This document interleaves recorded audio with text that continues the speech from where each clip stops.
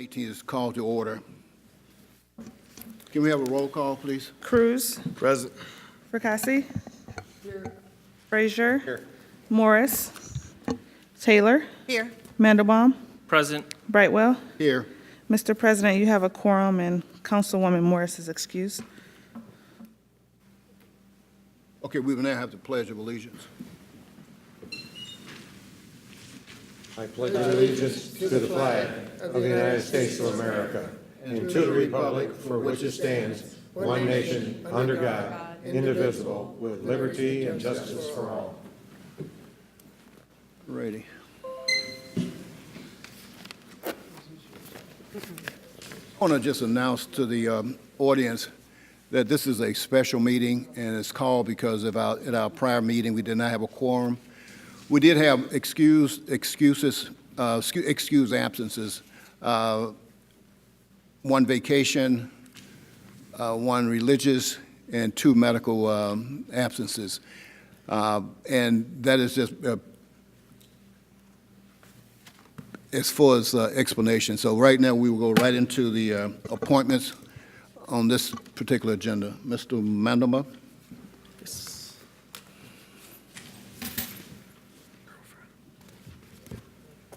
I don't know if they're here. Yeah.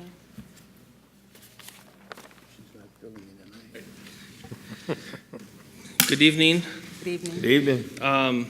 Councilman Frazier and Councilman Morris and I met. We have 4 appointments this evening. I believe only one person is here, but hopefully others will come in as I call their names up. For the Public Arts Commission, we have the reappointment of Ron Berry. The Total Living Commission, we have the reappointment of Lauren Belor. And for the Veterans Commission, we have the reappointment of Gerald Houston and the reappointment of Tim Workus.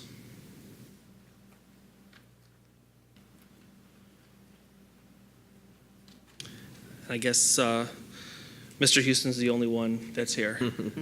Okay. Mr. President. Mr. Frazier?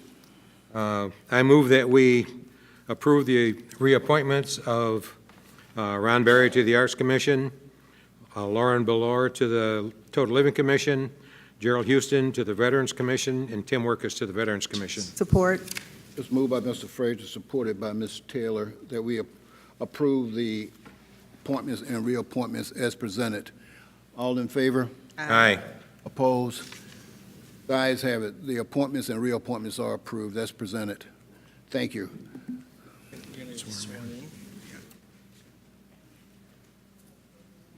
He will now be sworn in by our clerk. And you're on the Veterans Commission? Okay, just raise your right hand for me. I do solemnly swear or affirm that I will support the Constitution of the United States, the Constitution of the State of Michigan, faithfully discharge the duties of Veterans Commissioner in the City of Southfield to the best of my ability. Okay, thank you. Just sign right here for me. I'm left-handed. Okay. Here? Yes, sir.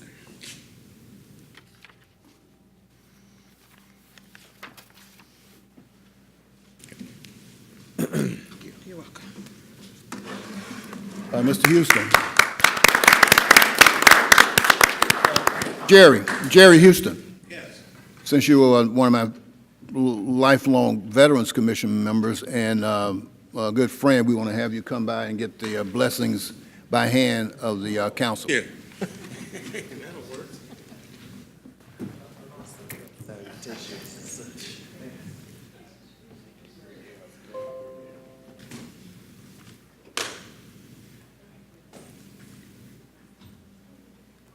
Had such a special seat down there. Again.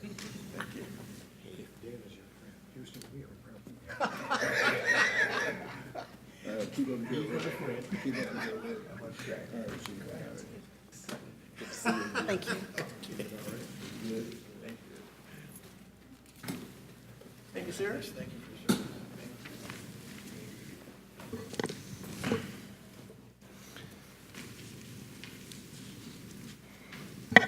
Okay, we have some meeting minutes. Mr. Chairman, Mr. Fracassi. Chairman, I'll move the minutes of April 16th. It was a regular meeting. And the regular meeting of April 30th.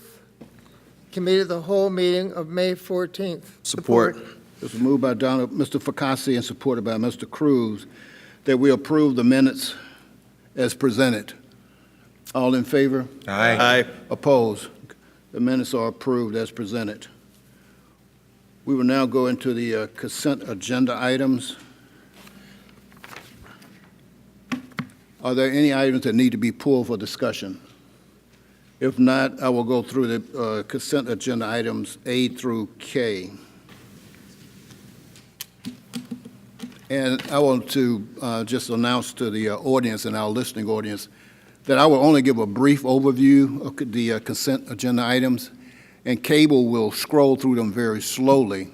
But I would suggest that you will go to the clerk's site and look on the council meeting minutes, and you will get the full detail of each item, A through K. And it lists quite a bit of details, and I will probably just give a very short synopsis and the fiscal impact of each of these particular items. Item number A is the appointment of the representative and alternate to the Southeastern Oakland County Water Authority, SACWA. The background: each year, the Southeastern Oakland County Water Authority requests that their members' communities appoint a representative and an alternate to their Board of Trustees.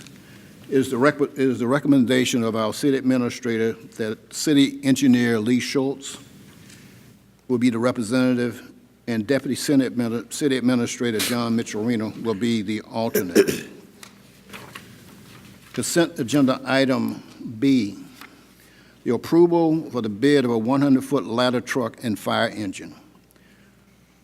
Background: 2 frontline fire engines,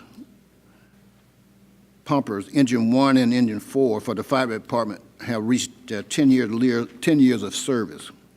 Both engines are beginning to have more frequent repairs and out of service time.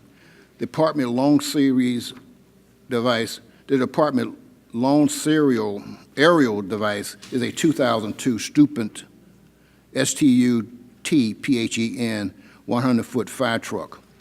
When the agent truck is down for repair and maintenance, Southfield Fire has no other aerial device or ground ladder above 24 feet. When this occurs, we must depend on our fire department mutual aid partners for assistance. The fire department has identified the need for a second 100-foot ladder truck. We would like to replace the 2 oldest 2007 fire engines with 1 new ladder truck and purchase a new fire engine. The fiscal impact of this is estimated cost is $800,000 for the ladder truck and $400,000 for the fire engine. Funds are available in the equipment revolving fund. Consent agenda item C. On June 19, 2017, City Council approved a contract for the de-icing salt to Cargill Incorporated of North Olmsted, Ohio for the 2018 and 2019 fiscal year. Cargill has determined they are unable to renew the original agreement for the 2019 fiscal year. Therefore, sealed bids were publicly opened and read aloud on Tuesday, April 3, for sodium chloride rock salt used for ice snow control during winter months. Bid notification was sent to over 100 vendors, with 3 responding. The bid was a cooperative contract administered by the City of Farmington Hills that includes Auburn Hills, Berkeley, Clawson, Farmington Hills, Huron, Clinton Metro Park, Oak Park, Orchard Lake, Rochester, Rochester Hill, Royal Oak, Southfield, Southfield Public School, South Lowndes, Wall Lake, Wixom, East Point, Roseville, St. Clair Shores, Sterling Heights, Warren, Grosse Pointe Woods, Livonia, Romulus, Grosse Pointe Shores, Westland. So we're in good company with this particular bid.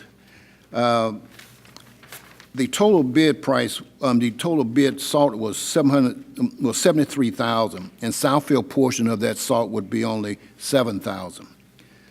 The price for salt for the 2018-19 fiscal year is $51.14 per ton. And for the second year, it will be $52.67 per ton for the 2019-2020 year.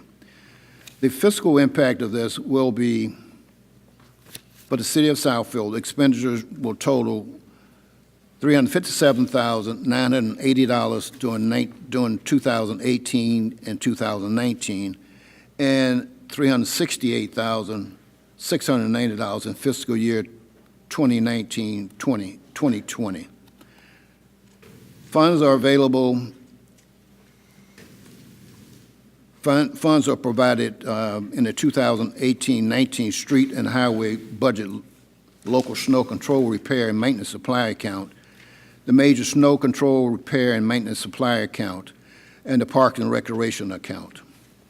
The low bidder was Detroit Salt Company of Detroit, Michigan. Consent agenda item D, receipt of proposal to design, build a new studio set for Cable 15. In fiscal year 2018, council reauthorized the second phase of the upgrade to the cable TV equipment in the library pavilion,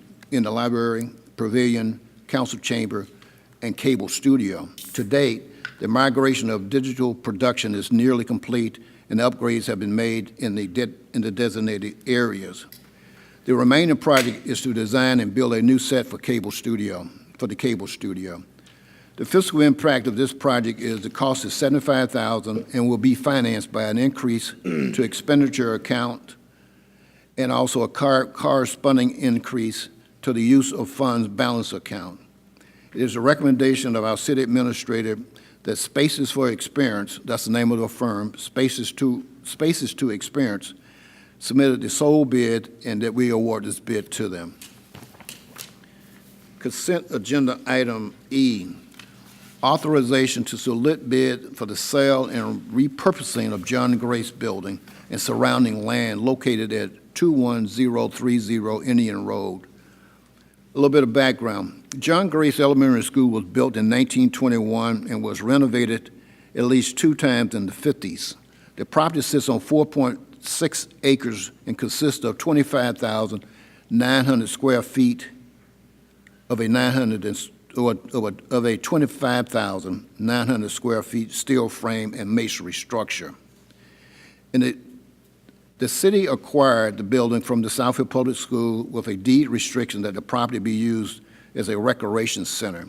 And subsequent to that time, we have done that. But on May 8, 2018, Southfield Public School lifted the deed restrictions relative to use. Therefore, in consideration of carrying costs and potential demolition, it is recommended to the City Council that the city pursue a sale and repurposing of the subject property.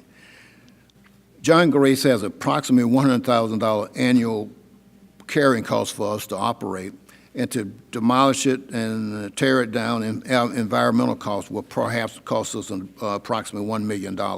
So we are, the city administrator is asking that we go out for bid to repurpose that particular building. Consent agenda item F, liquor license request, Flora Express Incorporated, doing business as Sutton Place, 23165 Losser Road, Southfield, Michigan. Flora Express Incorporated, DBA Sutton Place, is requesting a transfer of stock interest for a SDM license from existing Flora Salon to a new stockholder, and I will perhaps mispronounce these names, so I will spell them, to new stockholder, FIRAS, KACHAM, and Basel, BASEL, Nassory, NASSORY, in conjunction with the SDM license corporation with Sunday sales permit, parentheses AN, located at 23165 Losser Road.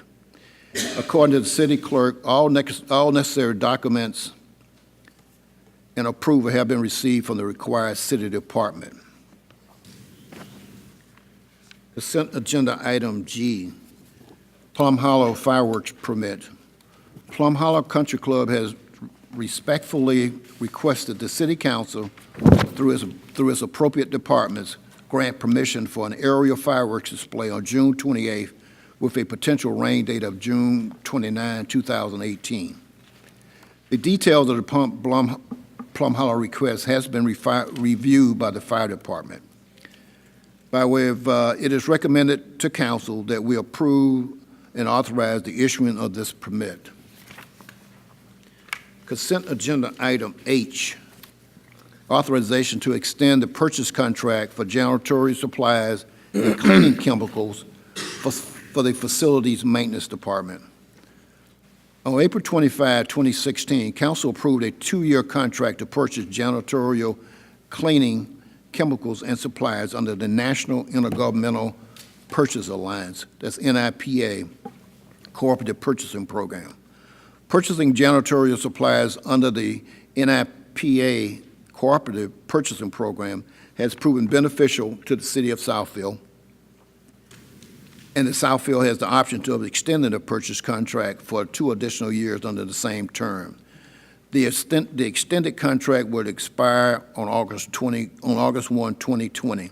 The fiscal impact of this particular contract, the expenditures for these purchases are estimated to be $50,000 with funds to be provided in the fiscal year 2018, in the 2018 facilities maintenance budget and future budgets as council may approve. Consent agenda item I, authorization to replace the fuel dispenser at the DPS yard. Council, a little bit of background. The council authorized the replacement of the fuel dispenser at the DPS, that's the Department of Public Services yard, in the 2017-2018 budget. The current fuel pumps were installed in 1999, have deteriorated and not able to be anchored safely to the base. The fiscal impact of this particular replacement will be, the cost of this project is $17,975, and funding is provided in the 2017-2018 fiscal year budget, motor pool fund repair and maintenance. Consent agenda item J, the receipt of bids for pool chemicals and services for the Parks and Recreation Department. The purchasing department received bids on March 29, 2018 from qualified companies to provide opening/closing services as well as chemical supplies for the pool. The requested services include the cleaning and opening of the Civic Center pool, the kiddie pool, and water slide for a 2-year period with an option to extend for an additional 1 year period. The services include bringing both pumps and filter system online. Of the two responses received, those are bids, one company was not providing the full scope of the services requested and withdrew their bid. The fiscal impact of this particular bidding process and project, the department, that's PNR, expect to spend approximately $25,000 annually, with $13,000, which $13,000 is provided for in the 2017-2018 Parks and Recreation budget for the opening and maintenance of the pool budget, as well as $12,000 for the purchase of the AccuTab chlorine tabs that are the required chemicals. If this item is approved, the council does hereby authorize the purchase of pool chemicals and opening maintenance services from Aquatic Scope of Brighton, Michigan. The requested services are for a 2-year period with an option to extend for an additional 1-year period. Consent agenda item K, approval for weed removal services contract for Code Enforcement Department. Pursuant to City of Southfield Ordinance Number 1274, as amended, every person owning or occupying land which is situated in the City of Southfield shall destroy all noxious weeds found on such land and shall keep and maintain such land free of noxious weeds.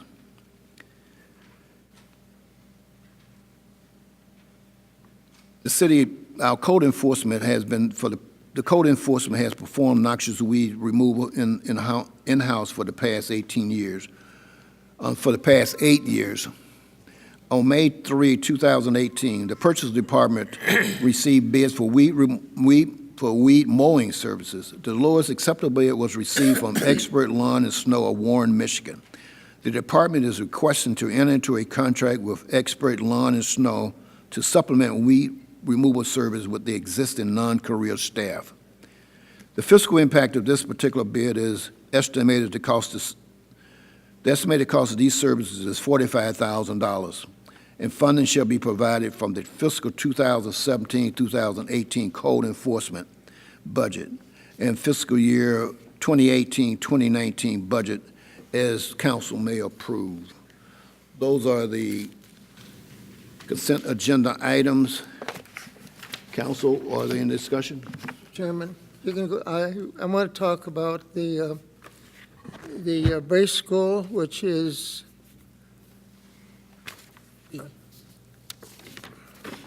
is it going out for bid? Is it going out? Okay, well, let's try something. Well, here. I'll move the approval of everything then, but E. Okay, we'll pull E for discussion. Any other discussion on any items? Support. Okay. Can I get a second? Support. Okay, I'm sorry, support. All right, it's been moved and supported by, it was moved by Mr. Fakasi and supported by Mr. Frazier that we approve all items except E. Any further discussion? All in favor? Aye. Aye. Opposed? Okay, all items A, all items identified except E are approved. We will now have discussion on item number E. Mr. Fakasi, proceed. Chairman, to the administrator, is this going to be bid out as is, or is this going to have any details as to any existing asbestos or anything in the building? Are there going to be any restrictions from our case as far as zoning? Or how is this going out? Is it going to be carte blanche that this building has been used for such and such and is now going on the market, bid on it? Or is there going to have, as the school did, have some deed restrictions on it? Are we going to have any deed restrictions on this property when it goes to sale? In working with the purchasing department initially on this, the RFQ will be written rather broadly. There were deed restrictions that have been lifted by the school district, but the site will have to comply with local zoning. There may be a request to consider a rezoning, some type of overlay could come into play there. The other is, and will be a question to council, would you consider another school? Would you consider a faith-based organization? The position of the administration is we've been so saturated with charter schools that I don't think that's in the best interest of the community or our local school district. I also think that it's probably not the best location for a church and how it sits in the center of a neighborhood. So those were two possible land uses that would be permitted under normal circumstances in a residentially zoned area that I would say we probably would not entertain. But this is being written pretty broadly that people can outline what they'd like to see there. Yeah, but how are you going to bid on something that you don't know what uses you can put on it? Well, you need to turn to the zoning and then make the request of what you'd like to see there. You have the underlying zoning that it's exists today. residential zoned presently.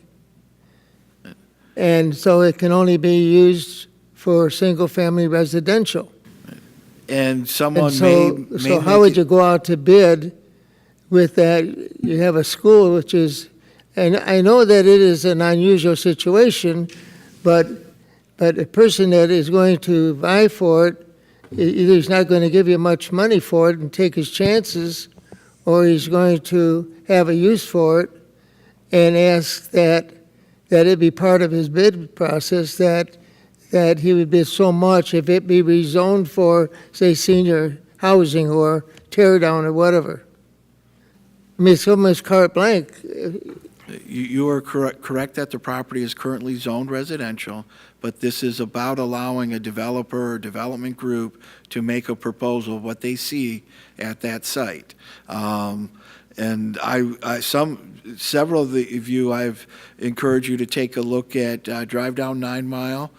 There has been an elementary school, the old Jefferson Elementary School in Oak Park, owned by the Ferndale School District, that has gone through, that is currently going through a similar conversion. The group that's developing that has built some townhome apartments around it. There's the old St. James Catholic School in Ferndale that a group is developing for senior housing and building a new wing onto that building. And so there's a lot happening. I do have a stack of appraisals on other buildings that have sold, and as I've been gathering information, I've been transmitting it to from the assessor's office to our purchasing department. Don't But you have- it's meant to be, pretty broad, that someone could come in and say, hey, here's what we see here. Yeah, but you're talking about a residential neighborhood, and it has residential properties around it, it surrounds it, and with no, well, I guess the land where the baseball field could be considered an outlot or something, but I just can't see how a piece of property can go on the market and not know that it could be zoned for ERO, it could be zoned for R1, R2, R3, or whatever, so a person know that if they get it, they know what their costs are going to be. And secondly, does the school have any interest in it, even though they removed deed restrictions from the property? They have, I don't know how they worded, I didn't, They removed the deed restrictions, so it is owned by the city. yeah, 100% it's owned by Yes. the city. Yes. Well, how could they have deed restrictions on it then? When you sell property, if you want to restrict the deed. Yeah, and I know restrict that, but I mean, that in perpetuity. So that's what they They did have. that in 1985, and as you know, I went before the school board just to get the deed restrictions removed, and they have 4 other vacant properties, and there are 2 other vacant school buildings. So there's, besides John Grace, there's 6 vacant schools in the city. yeah. And I would think in response to your earlier point, typically what would happen if somebody wanted a rezoning, they would generally maybe bid and condition their bid on obtaining a rezoning. Now, all of these bids would be reviewed by council, and it'd be up to you whether you would entertain a different use than residential when you review the bids. So ultimately, this will be, you're the owner of the property, you're the seller, so you would have the discretion to decide what do you want to potentially rezone that property, or do you want to leave the property zoned as it is? That would be up to council. But if there are options in the bids going, not to let it for bids, by saying what its purposes could be, would give you more money for the property than normally when a person says, I'll take my chances with it. It might be, but I think that's where council's going to have to make the value decision on, is more money more important than, say, a consistent use there? I mean, those are the kind of things that council will do when it looks at the bids that were received, whether you'd entertain a rezoning. I think. Well, I'm just looking at the bids from across the street and how that worked out, and I just didn't want it to end the same way. That then, they put, well, it's got to have this, and it's got to have this, and it's got to have that. Before you do it, it costs so much money that they couldn't go through with it. So it's not a simple bid process. It's not like a one sale. I got a quad house and it's for sale, or I got a commercial piece of property for sale, and in this neighborhood, this address, you can look it up and see what it's assessed for. You can't even do some investigation on this piece. Okay, let me see, can I put a? Anyway, I don't want to hold up the bid process, but I want to make sure that our eyes are open with what we're doing, that that, we're selling something in a bag, and you don't know what you got until you open the bag. And that's kind of a hard way to sell anything. Let me just put a cap on this.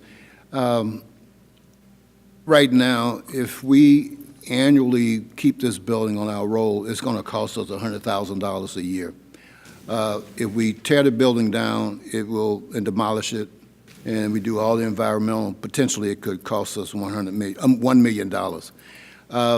Right now, the way I see this is that it's going out to bid. Perhaps there's somebody out there, a developer that can see some potential in this, and by posting that bid, putting it out there, we might get some unintended consequences, which is someone might have the bright idea of the century, and they want to buy this particular piece of property for that particular reason.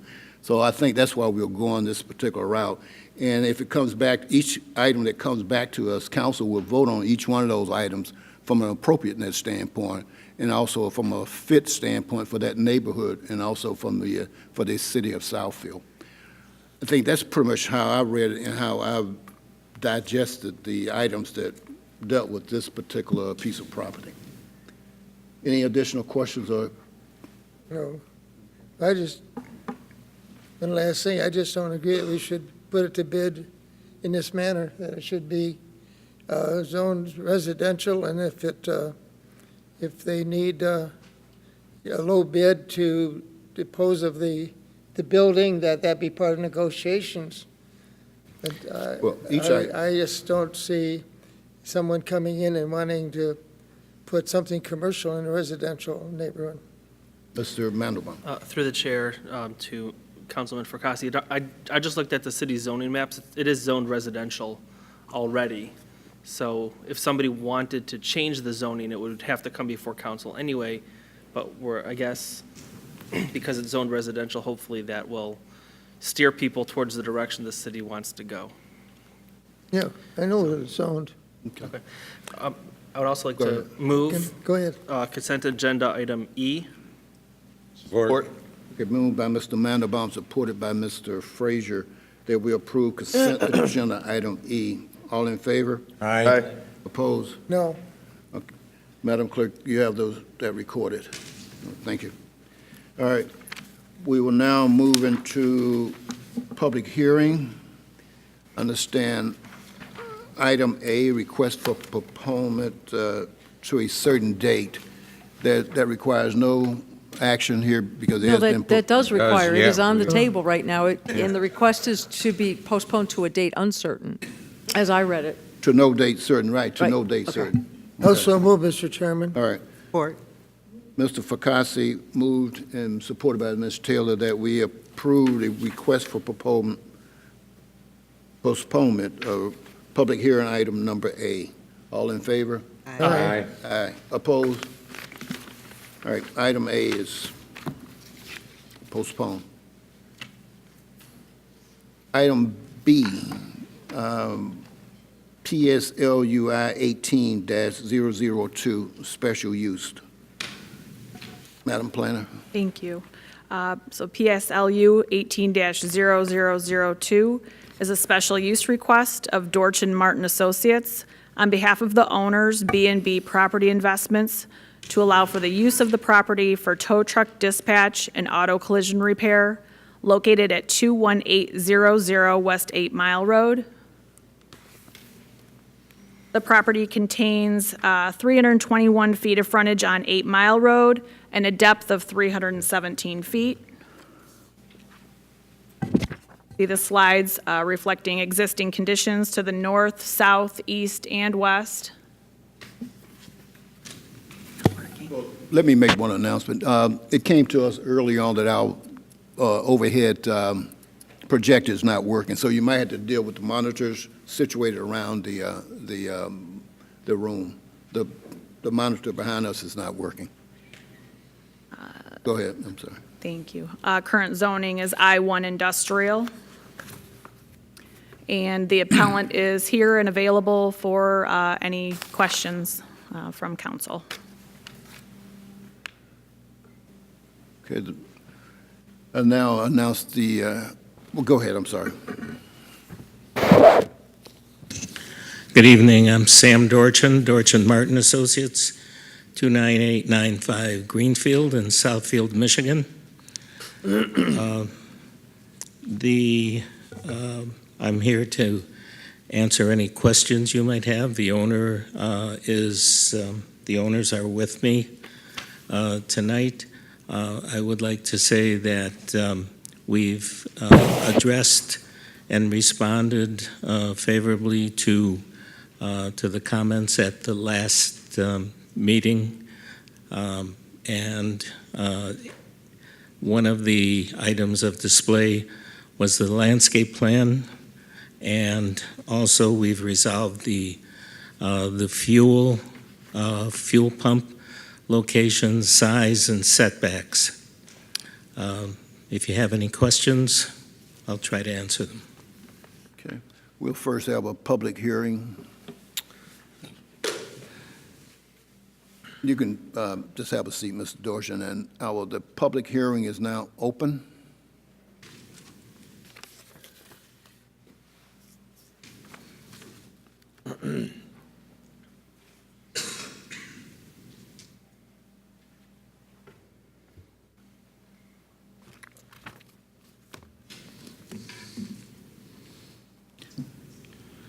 Good evening. Good evening. My name is Gerard Mullen, Southfield Citizens Oversight Committee, Post Office Box 155, Southfield, Michigan 48037.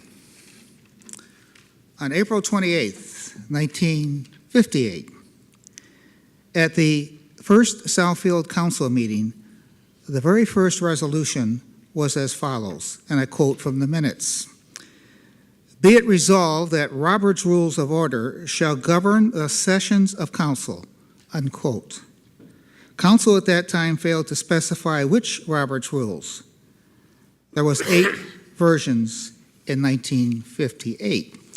On April 11th, 1977, the error was caught and corrected, and I quote from the minutes.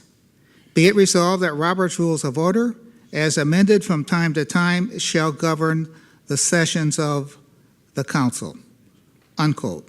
In other words, the latest edition of Robert's Rules is the version to be used. Today, version 11, copyrighted in 2011, is to be used. This public hearing was originally scheduled for... Mr. Mullen, this is a public hearing. I am. Item B? Yes. Okay, proceed.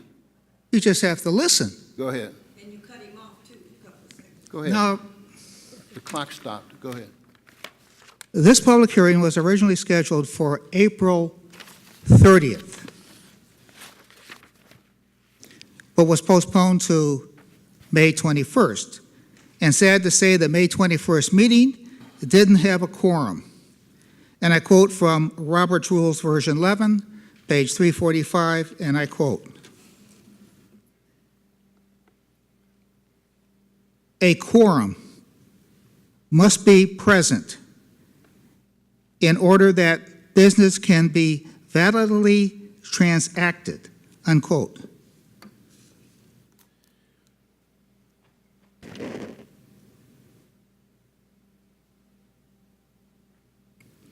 At the last meeting on May 21st, 2018, there was no quorum, so no business could be transacted, and no motion of a postponement to a time certain could possibly have been made.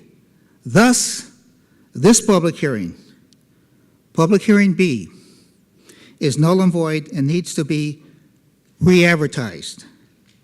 Thank you. Thank you.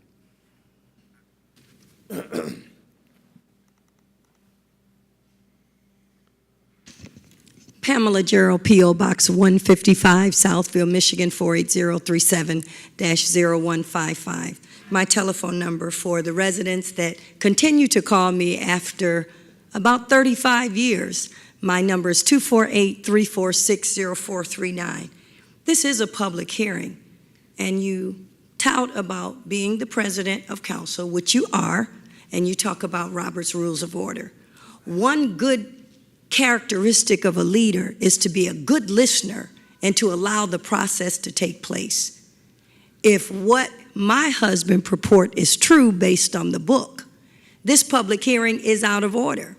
So are you going to continue to go through the formalities to save face, to look like a good parliamentarian, or are you going to do the right thing, apologize to Mr. Dorchin and his client for bringing him here when this public hearing should not even be taking place? Do more than talk. Listen. Thank you. 1 minute and 57 seconds left. Thank you. The public hearing is still open. Any other comments on item B? Seeing none, the public hearing is closed. Council, Mr. Chairman, Mr. Fakasi. Sarah, when we seen this, they made a proposal at a committee of the whole, and one of the things that was brought up was the landscaping plan that was not ready at the time. And this is based upon this, then coming forward because of the landscape plan is before us this evening. The setback from 8 Mile Road, you have on the plan, is 60 foot. In the zoning that this building is in, is that light industrial or industrial? If I might, through the chair to Mr. Fracassi, it's currently zoned I-1 industrial, which does have the 60-foot setback. I do believe that there may be some legal nonconforming situations here, especially regarding that westerly property. But Do we meet the requirement for setback? it's like, as I stated, Buildings? the buildings may be existing legal nonconforming as they are right now. Mr. Dorchin may be able to tell us exactly what the setback is. For the easterly building, I do believe the westerly building is legal nonconforming. So these 3 buildings are non-conforming? Legal nonconforming, but they are not altering the locations of the buildings or making any changes to the site that would affect that legal nonconforming status. So the special use would be a consideration to approve it as is on this plan, as opposed to meeting the requirement? Correct, because they're simply asking for the special land use for the use of the building only and not making any significant site changes. We in the planning department would consider that to be legal nonconforming situation. And the planning department has a positive recommendation? If I might again, yes, to Mr. Fracassi, yes, positive recommendation. I did also want to point out that Mr. Dorchin has made significant upgrades to the landscape plan and the building elevations, and both the city planner, Crode, and assistant city planner, Spence, have reviewed the revisions and are satisfied with them.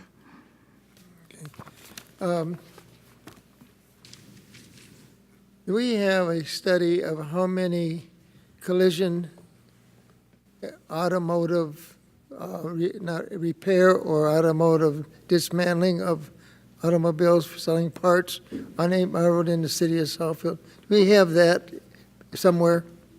If I might, through the chair. I'm not looking for it tonight, I'm just We could. asking the question of the planning department. We don't have anything currently prepared, but we should be able to easily compile something for the It council's seems like review. everything that we're seeing up to now is either taking cars apart and selling parts on whatever, marketing, they have tech marketing. And you see now shelves and shelves of parts up in the air now in several other places. Yeah. Where are the records going to be placed on this property? You have any idea? I think there's records, AAA records, is that correct? Yes, the parking parking spaces are sized for the wrecking trucks, and all of the spaces on the northwest part of the site are sized for the trucks. Also, the interior of building, that would be the second building from the east, has spaces for parking trucks in as well. And I'd like to address a question that you brought up about accidents. And one of the things about this particular site that makes it safe and is appealing to the owners is the fact that there's a Michigan U-turn in front of their site and a traffic light there. So there's very good control over cars and trucks in and out of that site. Will the wreckers be able to be seen from 8 Mile Road? Yes.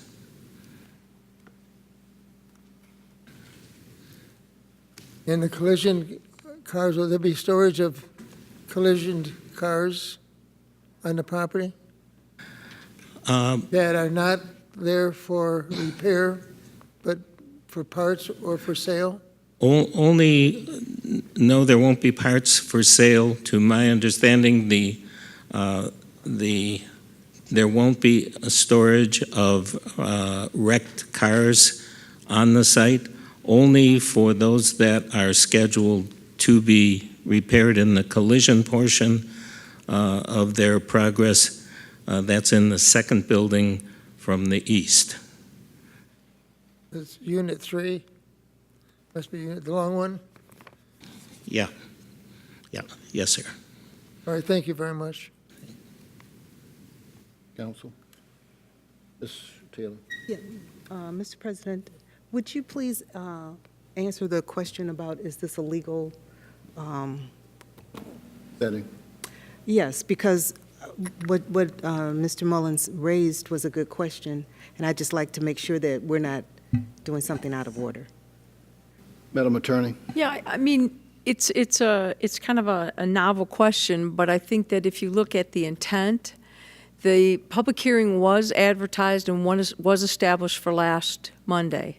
Anyone that was here for the public hearing then knew that the entire agenda was being put over to tonight. So that was announced. There was no formal postponement with a date certain. The entire agenda was simply by special meeting of the council president inserted on tonight's date because of the lack of quorum. So my position would be that the notice requirement was fulfilled. Anyone that was here that night, properly noticed for that public hearing, knew then that it was going to be on the special meeting tonight. So on that basis, I think I would disagree. I understand what Mr. Mullins is reading from Roberts. The charter would also reflect the same thing. But in terms of a practical solution, there really was no other solution. As long as people that were here for the public hearing last week were notified of tonight, I think the notice was complied with. Okay. All right, given those comments, that satisfies our legal position here tonight, and that's why we're here. Counsel, can I get a motion on this? Mr. President, Mr. Frazier? I move that we approve PSLU 18-0002 as presented. Support. Moved by Mr. Frazier, supported by Mr. Mandelbaum, that we approve PSLU 18-0002 as presented. All in favor? Aye. Opposed? Ayes have it. PSLU 18-0002 is approved. We move on now to item C. Mr. Chairman, Mr. Fakasi. may I add something to my comments? It'd be a referral to the planning department. At one time, we had a 8 Mile Road planning study that was done. We were looking at all 8 Mile Road, and that's how 8 Mile Road Boulevard Association came into play. And I'd like to have that reviewed. I know Mr. Suchek was working on it at the time in the planning department. but I would like to see that reviewed and see what the uses that we presently have on that and some of the setbacks that we have along 8 Mile Road, because it's pretty here and there on every piece, and I don't think it was intended to be that way. I'd like to refer it, Mr. Chairman, to the Planning Department, if I may. Yes, okay. So done. Okay. We will now move on to public hearing item C. Thank you all. Yes, go ahead. Sarah? Sorry, are we on C? C, yes. Okay, I'm sorry. Public hearing for the establishment of a pilot neighborhood enterprise zone NEZ program.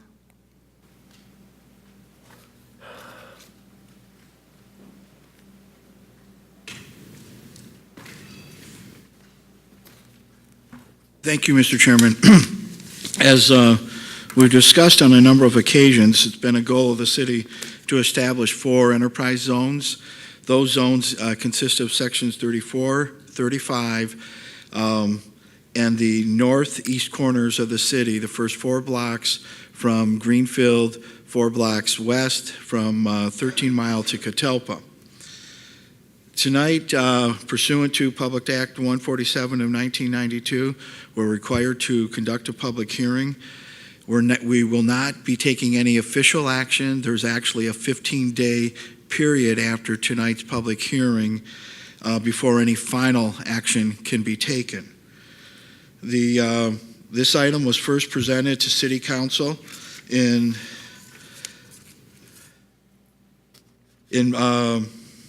February of 2016. We outlined a number of steps that needed to be taken. All of those steps have been taken. There's one item that the city attorney will be presenting regarding the adoption of an ordinance pursuant to the act. The Planning Commission acted on this item in April 2016 with the decision that the document was consistent with our master plan and other planning documents. The Neighborhood Enterprise Zone will provide for folks who are interested in rehabbing and/or building new homes on properties which have a true cash value less than $80,000. It sets in place that they can receive a tax abatement on residential property. The boards here show the areas. We have Section 34. From Lasser to 9 Mile, to Evergreen, 8 Mile, all residentially zoned properties. From Evergreen, 9 Mile, to Southfield, to 8 Mile, all residentially zoned properties. Zone 3 is from Catalpa to 12 Mile, Greenfield, first 4 blocks west, Greenfield for Zone 4, 12 Mile, first 4 blocks west, up to 13 Mile. As I indicated, we're required to conduct this public hearing. I have on 3 prior occasions presented this item in front of City Council, the first being in February of 2017. I think the city's learned an awful lot about housing the last few years, the activities of what you undertook with your neighborhood stabilization program, as well as your partnership with the Southfield nonprofit and the NRI group. You've done a lot to stabilize our neighborhoods. As required by statute, need to hear public comment. This item will be back for final approval on June 18th.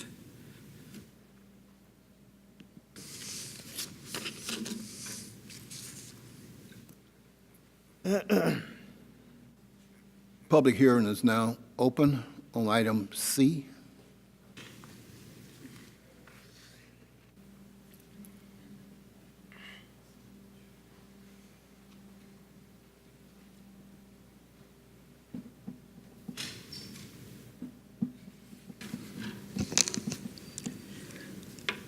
Good evening. Good evening. My name is Gerard Mullen, Southfield Citizens Oversight Committee. Post Office Box 155, Southfield, Michigan, 48037. This public hearing was originally scheduled for May 21st, 2018.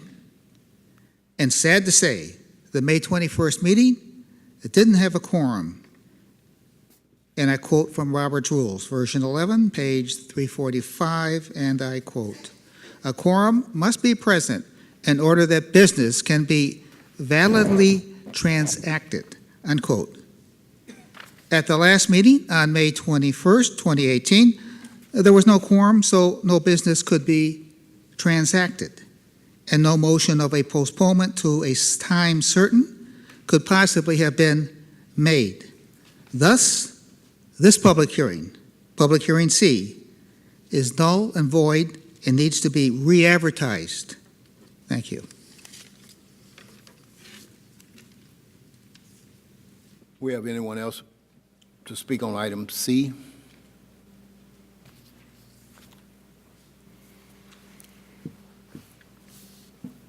Pamela Jarrow, P.O. Box 155, Southfield, Michigan, 48037-0155.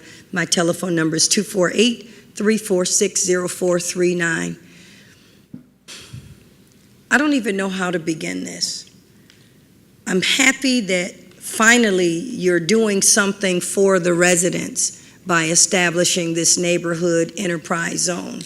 And I'm hoping that it will do exactly what you are initially saying that it would do here.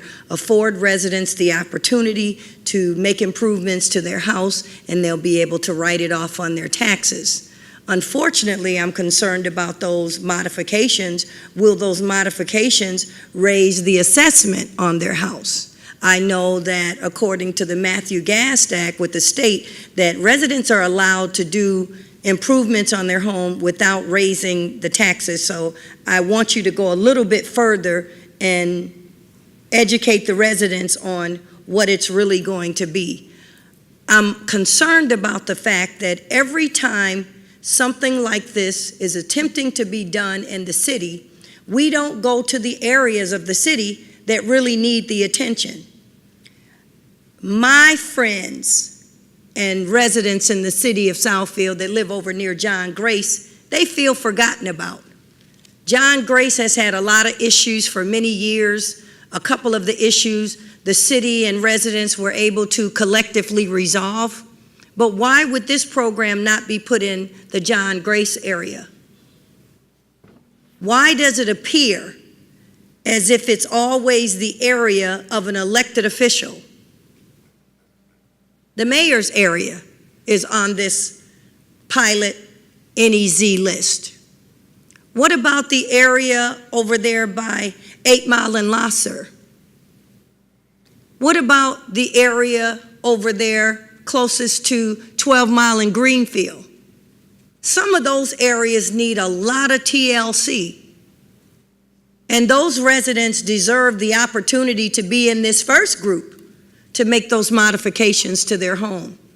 So I know that you can move things around before you vote on this, and I know you're not going to do it because I should have said I agree and then maybe you would disagree. But before you vote on this, why don't you explore these areas a little bit closer? John Grace needs to be looked at, and that area deserves this council's undivided attention.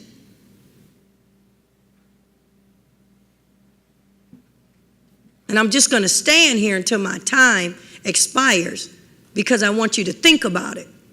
And if you need to, close your eyes and envision John Grace. Anyone else to speak on item C? Seeing no one, public hearing on item C is closed. Mr. President, let me comment. There are certain requirements in the statute that have to be met. Minimum of 10 contiguous parcels, no more than 15% of the city. This is a pilot program. The analysis we did was based on sales and comps, and where you had a greater concentration of homes where the true cash value was less than $80,000. For the record, we are working with our lobbyists and trying to get those amounts increased as well. The legislation was put in place a number of years ago. The legislation does need to be indexed for inflation. lots of rules and lots of layers. A number of cities that are using this program very well are Lansing, Grand Rapids, Wyandotte, Inkster. It's a good program. This is a pilot program. As long as we stay within that 15% threshold, it can work in other neighborhoods, but there's only so much we can do. The fact that the parcels have to be contiguous restrict us. If the legislation had the capabilities of being written on a parcel by parcel basis, I think it would be a much better piece of legislation. However, the authors, when they put it together, were hoping to get a greater impact. The areas we've selected, and I'll use section 35, there's actually a substantial concentration of vacant lots that have been developed over the years. If you look at where the city has concentrated a lot of its demolitions, they are in the same areas. So that analysis was done. The comment regarding the act, it will have an impact on your assessment. If a home replacing windows, a home replacing doors, a home replacing putting a new porch on, that typically does not increase your assessment. This tool works better if you're putting a dormer on a home, building a family room, if you're putting a garage on. So it really is a better tool on new construction, as was indicated by one of our public commenters, that it doesn't really have an impact if I'm just putting new siding on my home. There is a minimum investment that has to be made by the homeowner. That has to be documented contractually. The city does have the right to reject an application. The applications are finalized by the State Tax Commission. So there are a number of other rules. The program will be primarily administered by the Housing Office with the assistance of the Assessor's Office. We don't really see a large volume coming through, but this is one more tool in the arsenal to protect our residential properties in Southfield. Council, Mr. Mandelbaum. I think this is a great program, but the one question I had is how often, I know we have to have that 15%, but if, let's say, we decide next year there's not a lot of takers in this program, when would we be able to maybe shift to a different zone or a different area in the city? We can actually modify the plan at any time going through the appropriate steps in public hearings, as long as we stay within the 15% threshold, unless the law has changed, and that may have some merit the right time as well. And if let's say in section 34, you have 10 residents that apply and they work on their homes, we don't have to wait until everything is paid back or everything is done before we switch the zone, do we? No, you are correct. We could modify the zones at a later date. I'd want to have some conversations with some folks at the Tax Commission before we got into that, but my read on it is we probably could make modifications. We could, for example, if you had, I'll use the W blocks in section 35. If you had a lot of energy happening there and none at the north, you could possibly move some of the northern blocks out and put them into another part, as long as you meet that minimum of 10 contiguous parcels. There's buried in the legislation, there's a requirement that no property had been acquired by condemnation. That's why originally we were just looking at one zone, and because we don't have the full history on all of the right-of-ways on the roads, we actually, after spending some time with Miller Canfield on this, it was decided to make 4 zones because we don't know what may have happened with some of the right-of-ways historically. You might have had a parcel where it was owned to the center of the road. We just don't have enough history there. All right, thank you.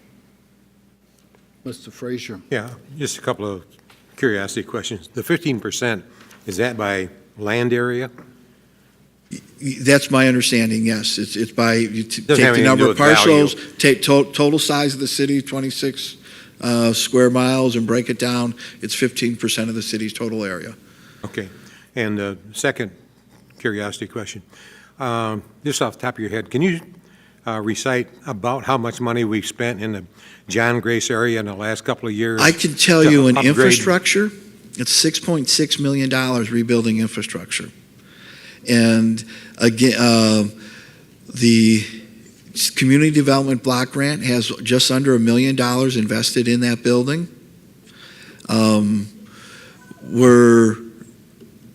I can tell you, NRI's made some investments in that area, and that's actually a neighborhood that, if you look at the comps per square foot, the areas we picked on a per square foot basis are less. In fact, NRI recently had a home that was approaching just a little over $100 a square foot for comparable value. We weren't able to find enough comps to justify that, the mortgage company, so they had to adjust it down a little bit. But we've been pushing those comparable values per square foot up in every parts of the city.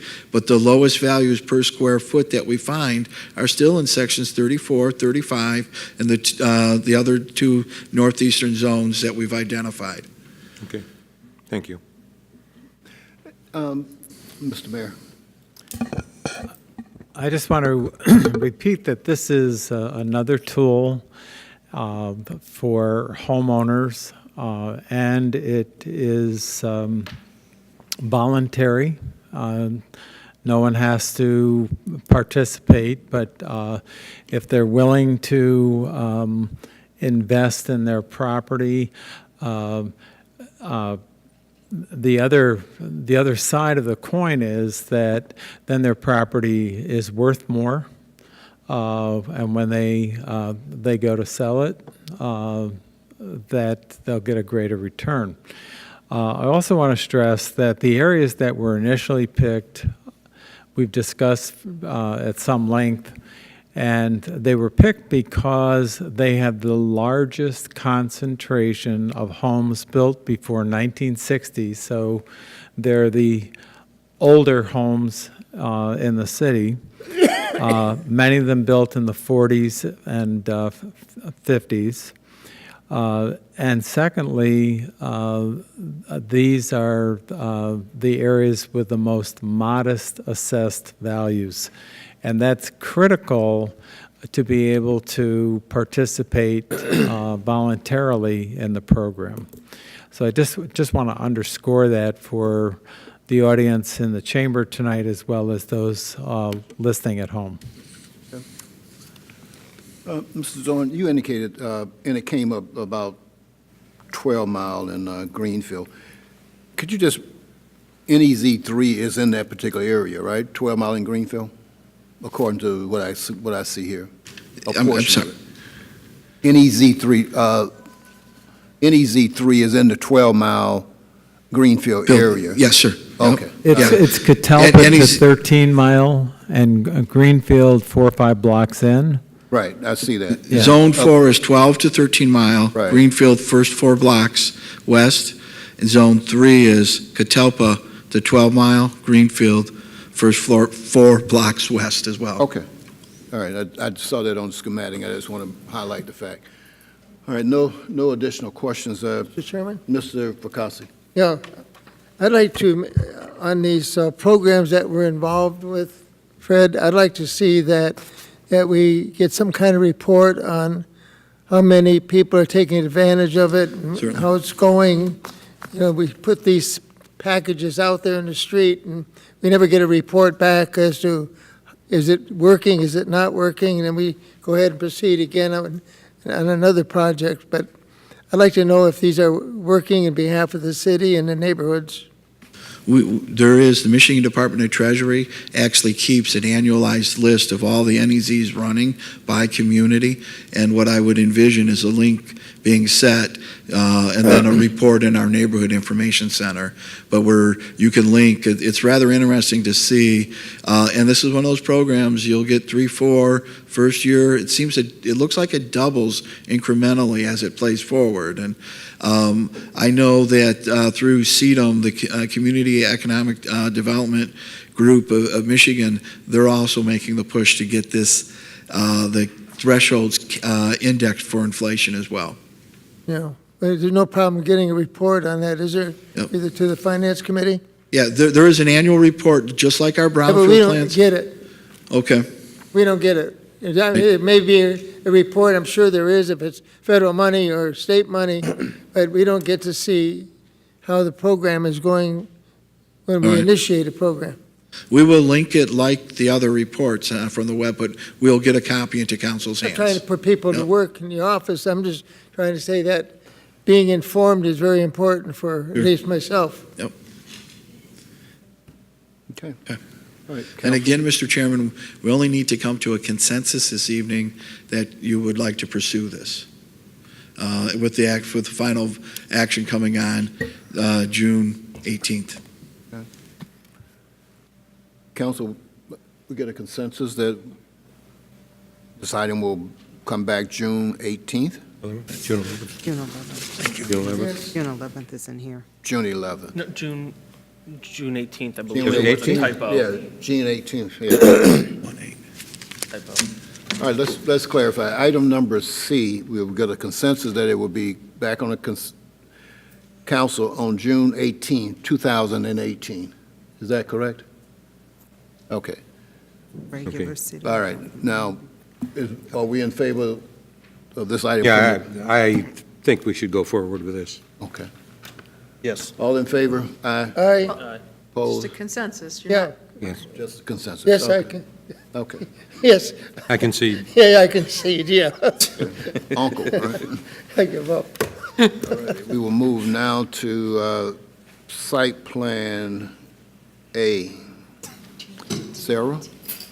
For PSP 18-0004 is a site plan review request of PEA Incorporated Engineers on behalf of the owner, Beaumont Health, for parking lot expansion to include 2 new parking decks and an expanded surface lot on property located at 26901 Northwestern Highway.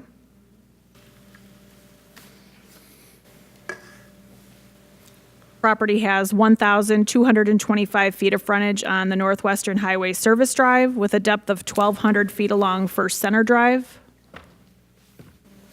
Here's some existing condition photos from the north deck, north, south, east, and west. And again from the south deck.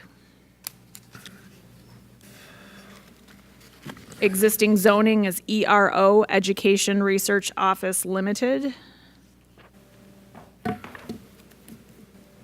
This plan shows the phasing that will occur from the south graduating to the north side of the site. And here is an updated phasing plan provided by the contractor that has a little bit more detail on the phasing.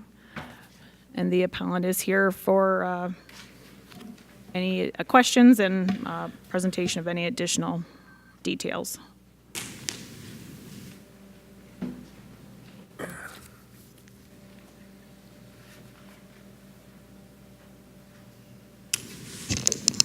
Thank you. John DeLisla with PEA, 2430 Rochester Court, Troy. Ron Henry with Beaumont Health, 26935 Northwestern Highway, Southfield, Michigan. We are happy to answer any questions about the plan. We would just note some of the features that are, making the project a bit of a challenge, from a schedule standpoint, and appreciated the city's help to this point. The planning group and the engineering group have been outstanding in that regard, helping us to get to this point tonight. You mentioned the detention system. We're going from an open basin to an enclosed system. It's all been vetted. It's actually going to be larger than the volume that's there now. The site also utilizes a station for the bike share program. Got a couple of different improvements to the 2 bus stops that are adjacent to Northwestern Highway and First Center. The site will be adequately parked. We are underneath the maximum that's allowed of 3292, or just under 3100, with accessible parking per the standards.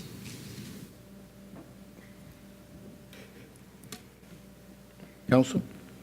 Mr. Chairman, there's no public hearing on this. I'd like to say the site plan committee is in favor of this. It's an unbelievable investment in the city, and I understand they're going to be moving almost 1,000 more people over to this site, which is great for the city and great for some of the entrepreneurs that are in the area with the restaurants and things. I was really set back on the price per car. These decks is like $24,000 a car, something like that, wasn't it? $33,000 per car, Oh, per parking deck. Oh, it went up since. Just for clarification, we've already moved 520 people into the building, and by the end of the year, we'll move another 2,000 people into the building. Yeah, good. Thank you very much for investment in the city. And Question. The handicap spaces, how do you calculate those?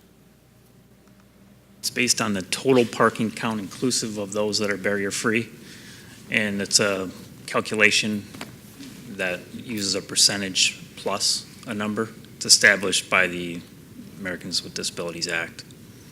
So it's depending on the population of the building, or the square footage of the building, or The number of spaces provided in the parking lot. number of spaces provided in the parking lot? Okay. Okay, thank you.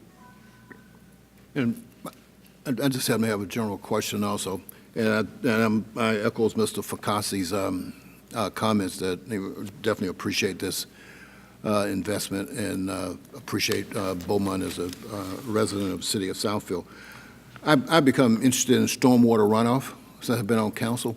What is the capacity of this particular stormwater runoff? And is it in conjunction with the county requirement of X number of year storm? Yeah, there was a study that was provided to us by the engineer that showed what the property was required to store, and it's just short of 150,000 cubic feet. Okay. We found that the existing basin was around 90,000 and that there was some storage within the pipes on site that got us just short of that number, but we will be at that required number. Okay. Okay. Motion? Mr. President, I move approval of site plan PSP 18-0004, request from PEA engineers. Moved by Mr. Cruz, supported by Ms. Taylor, that we approve PSP 18-004 site plan. All in favor? Aye. Opposed? Thank you very much.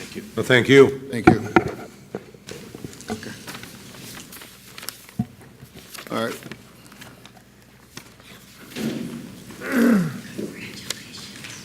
Sarah, you can, We will now move into communications. thank you, Annie. Nice job. The first individual recognized would be Ms. Gerald. Residents, you know who I am, and I just need my entire 3 minutes. You know, I'm really disappointed to find out that our emergency manager, acting as a city administrator, is attempting to outsource our 911 dispatch to Oakland County. Now, Myron Frazier, you've said over many years that when you call 911 in the city of Southfield, it means something. What is it going to mean to outsource it to Oakland County? Let me tell you what it's going to mean. It's going to mean that maybe 14 people would either A, lose their job or have to reapply. Our dispatch people have been here between 15 and 30 years, and they don't deserve that. Our dispatch people know the Southfield area. Oakland County is great, and they do what they do out there at Oakland County, but we need to have dispatchers here that know this area, because we also do dispatch for Lathrop Village. Now, let me just tell you what happened here.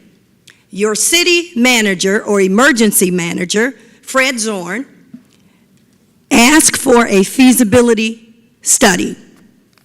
He got it for the bargain basement price of $9,500. Now, why did he do that? Because if it's $10,000 or more, he has to come before council to talk about it, which would mean the people get a chance to hear about it. Now, I'm hoping that none of you up there allow this to happen. Now, it just seems like anytime there's a shift in leadership and you get more African Americans in leadership, it's always this effort to dismantle something. You're dismantling the police department. You're dismantling the fire department. Now you want to dismantle our 911. We cannot allow this to happen, residents. And for the next month, I'm going to need you to come to the meetings and stand in solidarity with me and our dispatch workers.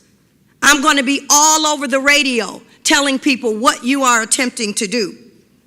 So, Mr. Frazier, you tell me if you're going to allow this municipal displacement to be in existence. Tell me what you really meant when you said, when you call 911 in the city of Southfield, it means something. You spent a lot of money in the last 5 years updating the equipment. Do you know if this equipment is compatible with Oakland County? And then if it's not, who's going to pay for the equipment to be updated? I'll tell you who's going to pay for it: the taxpayers, the employees, and the residents. If that's the best you can do, go back to where you came from or look for another job. We don't want an emergency manager in the city of Southfield.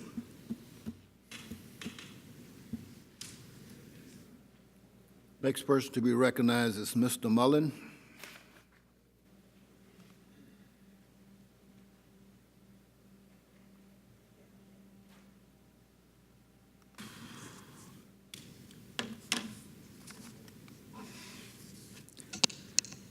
Good evening. My name is Gerard Mullen, Southfield Citizens Oversight Committee, Post Office Box 155, Southfield, Michigan, 48037. Tonight, I'd like to talk about Section 8.2. Section 8.2 in the Southfield City Charter. 8.2 is entitled Budget Procedure. This evening, I'd like to address the last sentence in Section 8.2. To be more precise, the last half of the last sentence in Section 8.2. And I quote, "The mayor shall submit the budget to the council at the first regular meeting in May," unquote. Today is Tuesday, May 29th, 2018, and council has yet to officially receive the budget from the mayor. Why? Well, last week on Monday, May 21st, 2018, the mayor said he didn't give council the budget at the first regular meeting in May 14th, 2018, because he felt that the meeting held at Lawrence Tech wasn't a regular meeting. Well, the updated city council meeting schedule states otherwise, and I quote, May 14th, regular meeting at Lawrence Technological University, 21,000 West 10 Mile Road, in the University Technology and Learning Center at 6:30 p.m., unquote. If council's meeting schedule says it's a regular meeting, it's a regular meeting. The mayor did submit the budget to 3 council persons at the May 21st, 2018 regular meeting, but there was not a quorum, making that meeting unofficial and the submitting of the budget null and void. This meeting, May 29th, 2018, is a special meeting and not a regular meeting. The charter specifies a regular meeting and not a special meeting, making this meeting ineligible to submit the budget to council. The next eligible meeting is June 4th, 2018. Thank you.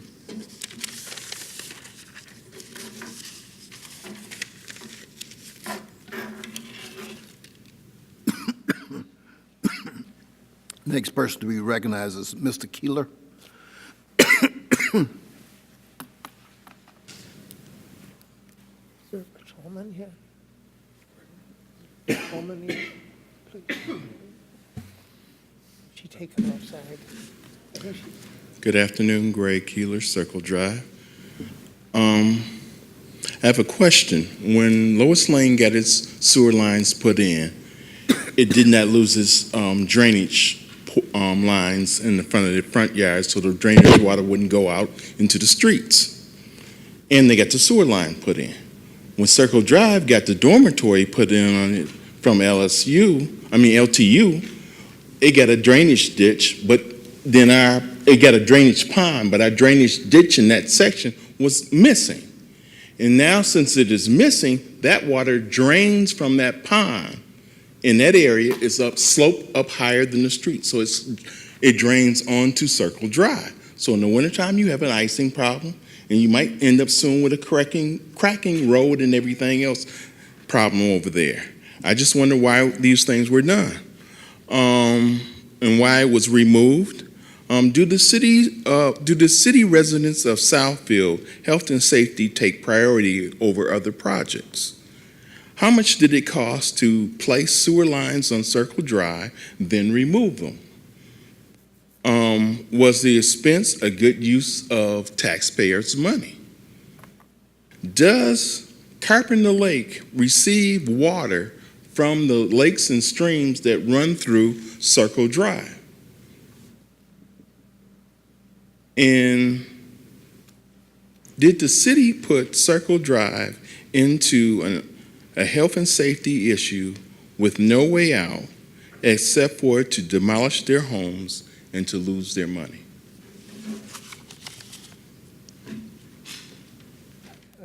Thank you.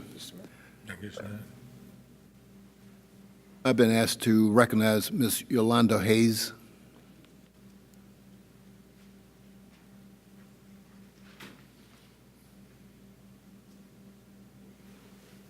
Good evening. Thank you for the recognition. My name is Yolanda Haynes. I reside at 24501 Kensal. Usually when I come before you all, I try to have something positive to say or positive to talk about. And this time it's, I don't want to say it's not positive, but it's a concern of mine. On May 17th, last Thursday, there was an event held for the police department called the Fallen Heroes. And there were a lot of empty seats up front where the chief was speaking, and there were two families that were there that were representing those that had died, the officers that had served, that had died, their past officers. It was a little bit disappointing to me to see the empty seats up front, especially those of elected officials. There was one elected official there. There was Councilman Frazier that I did speak with afterwards, and I did see Ms. Hawkins there. I just think it just didn't look very good on the part of the city. I look back at the calendar, and I don't even see it on the calendar.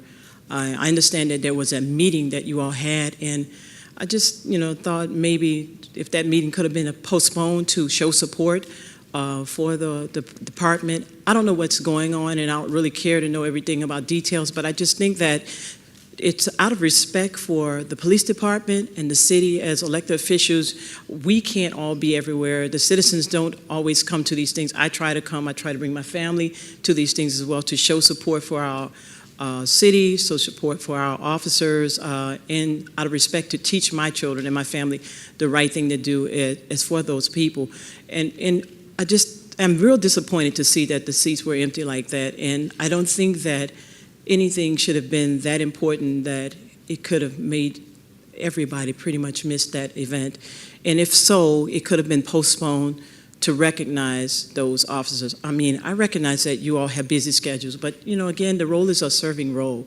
And you represent the city, and when no one else can do that job, you all are there to do that. And I don't want to be here to reprimand you for that, but it just didn't look very good. And I hate it when a lot of citizens don't show up, but I think that when we make announcement about events, we show support for those events, and it shows support for the officers, and it builds morale. With a lot of the things that's going on with police in the world today, we need to do as much as we can to show our officers in this area the support that they need and the respect that they deserve. and serving our community. Thank you, and thank you for your time. And thank you for your comments.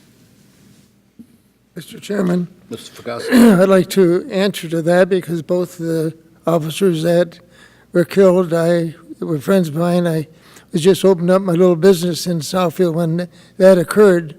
And I think, I don't know when I ever missed one, but we didn't get any notice of that. I didn't get anything. I didn't get an email. I didn't get on a calendar, and I didn't see that it was happening. And, pardon? No, but it may happen the same time every year, but, you know, we just don't sit here looking at a calendar, and sometimes we need it on either our calendar that we have business and also with the city. So it's difficult, and if you don't know and you put it ahead of time that this is where you're supposed to be. I don't know. Ask them. I don't know.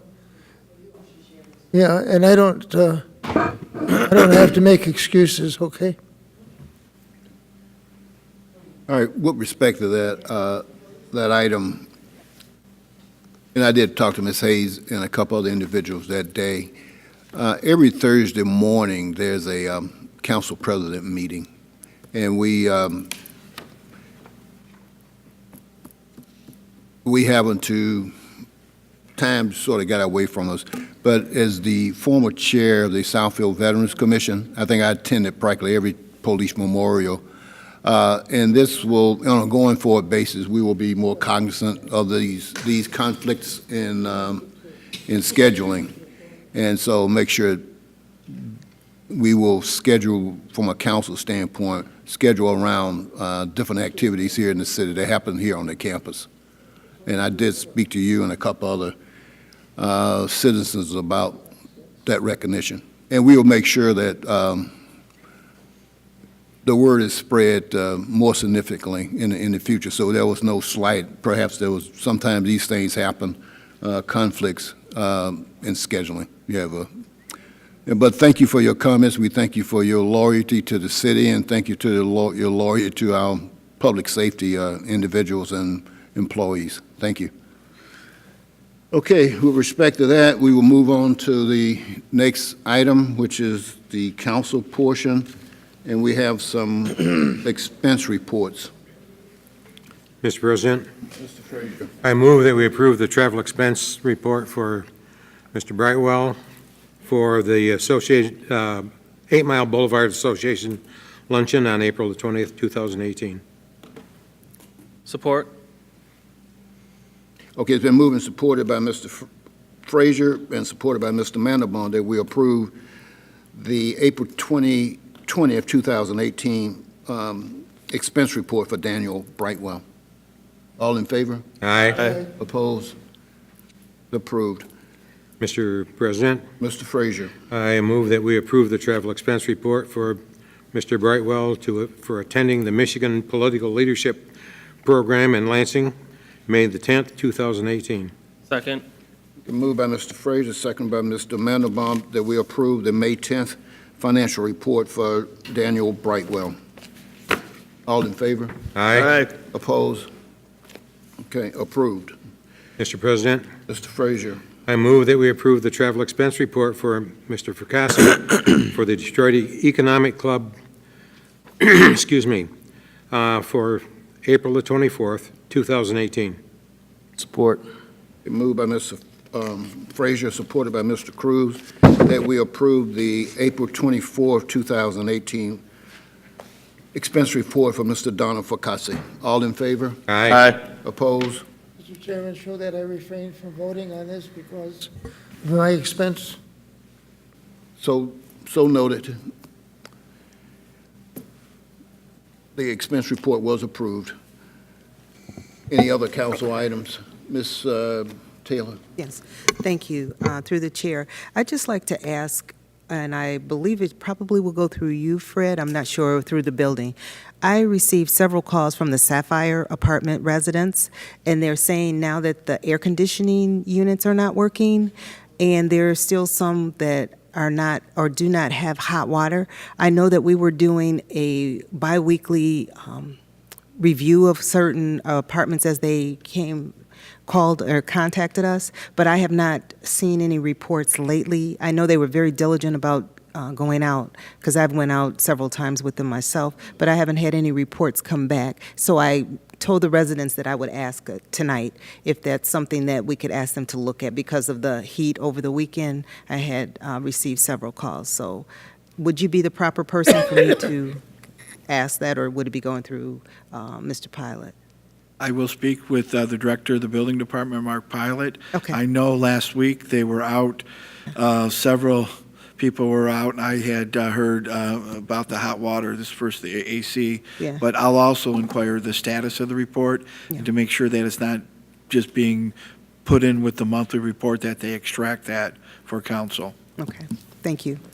Thank you. Mr. Chairman? Mr. Fakasi. Yeah, Mr. Administrator, the Farber School on 12 Mile Road, they have weeds that are almost 3 foot high. There has been no landscaping other than a couple of trees being planted, and it's really a mess over there. Even between the sidewalk and the curb, it hasn't been done. So somebody better, get together with them and it's already June. They should have had a Officer is here this landscaping plan evening, done. and I'm sure she caught that. Pardon?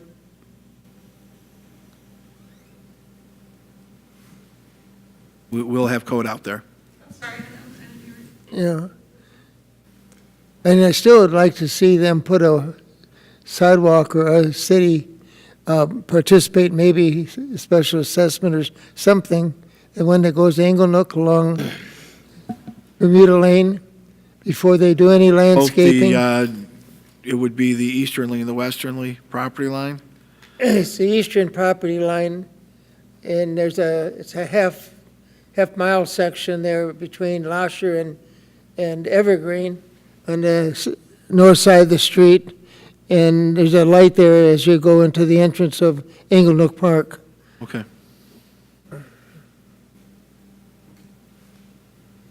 That's it, Mr. Yes, that's it, thank you. Mr. Frazier.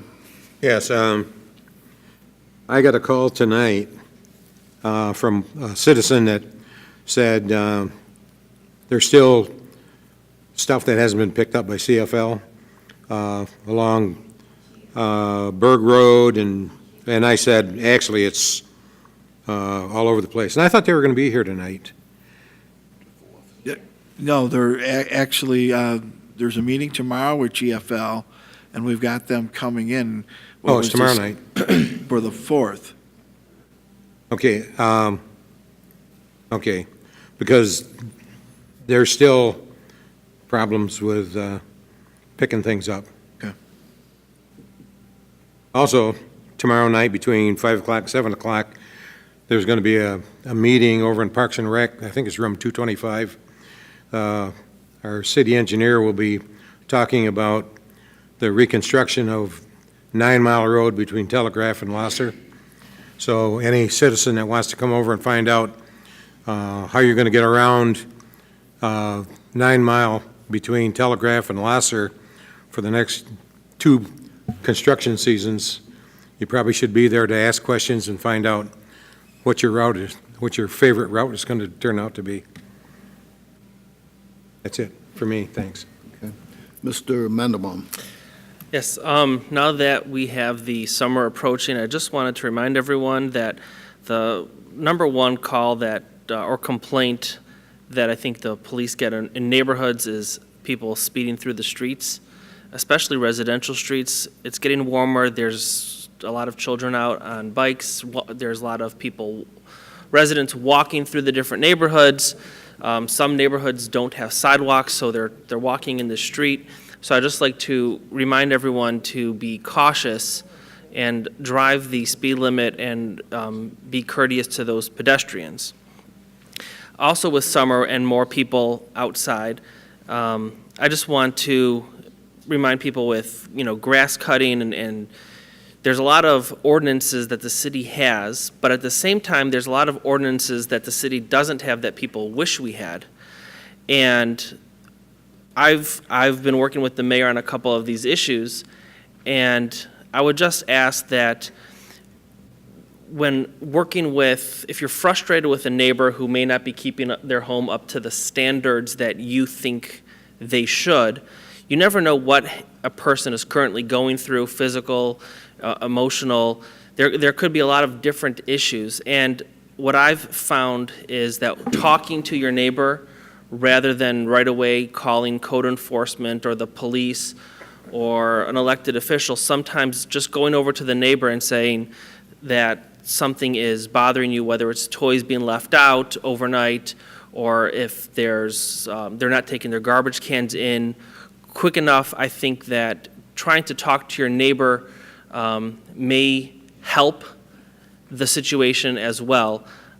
Feel free to call code enforcement, elected official. I'm not discouraging that, but I think sometimes just that neighborly hello and explaining the situation sometimes does a better job than having get cited by code enforcement.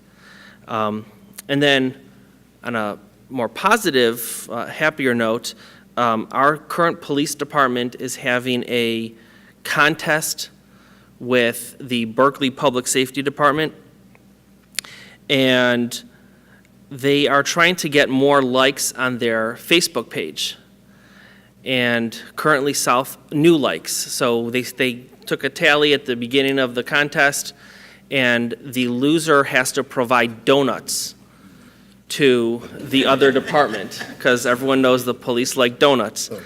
But if you can encourage your friends, neighbors, that they don't have to be residents, to like the Southfield Police Department and 911 dispatch page on Facebook, they can win some donuts from our neighbors out in Berkeley. Thank you. Anybody else? Mr. Frazier. Yeah, there is one thing that came to mind after you start talking about the police department. I made this announcement last week, and I'll make it again. And with the number of shootings that we've had around the country, and the latest one that, not the latest one, the one that happened in Texas where the young man took his parents' guns to school and did the shooting. The police department here in Southfield has trigger locks, so if you have a gun or guns at home that are not protected by a gun safe or trigger locks, and you need a trigger lock, you can come to the Southfield Police Department and you can get as many trigger locks as you need for your guns, and they're at no cost to you. And if you use a trigger lock, it'll be no cost to you and perhaps no cost to someone else. So, thank you. Okay. Seeing no other council, Mr. Mayor. Yeah, I have one announcement this evening. The annual Southfield Parks and Garden Club Southfield Garden Walk will be held on Sunday, June 24th from 2 to 5 p.m.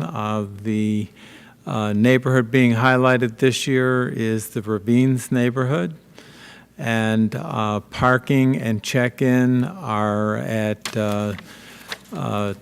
25,200, I believe it is, Lake Ravines Drive. The cost is $10. There's a shuttle service available throughout the neighborhood at the various stops, and it is a way to showcase one of our stellar neighborhoods. Everybody's welcome to attend. And tickets are available through Parks and Garden Club members as well as my office. Thank you. Okay. Administration? Yes. Within your council packet tonight, there's a communication regarding the annual budget, which is scheduled to be adopted on Monday, June 18th. On June 4th, I'd like to have the city's finance team, Austin Michaels and Hanan Azu, present the comprehensive annual financial report It has been presented to the Finance Committee, but I'd like to have that presented to the full council.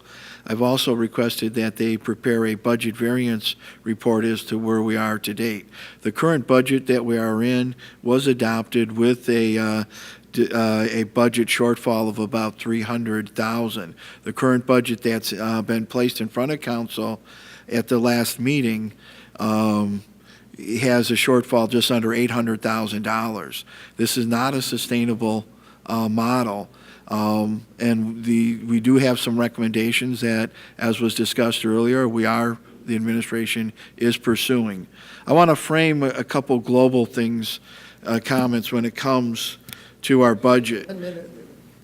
I can't hear you, Fred. I'd like to frame a couple things when it comes to the city of Southfield's budget.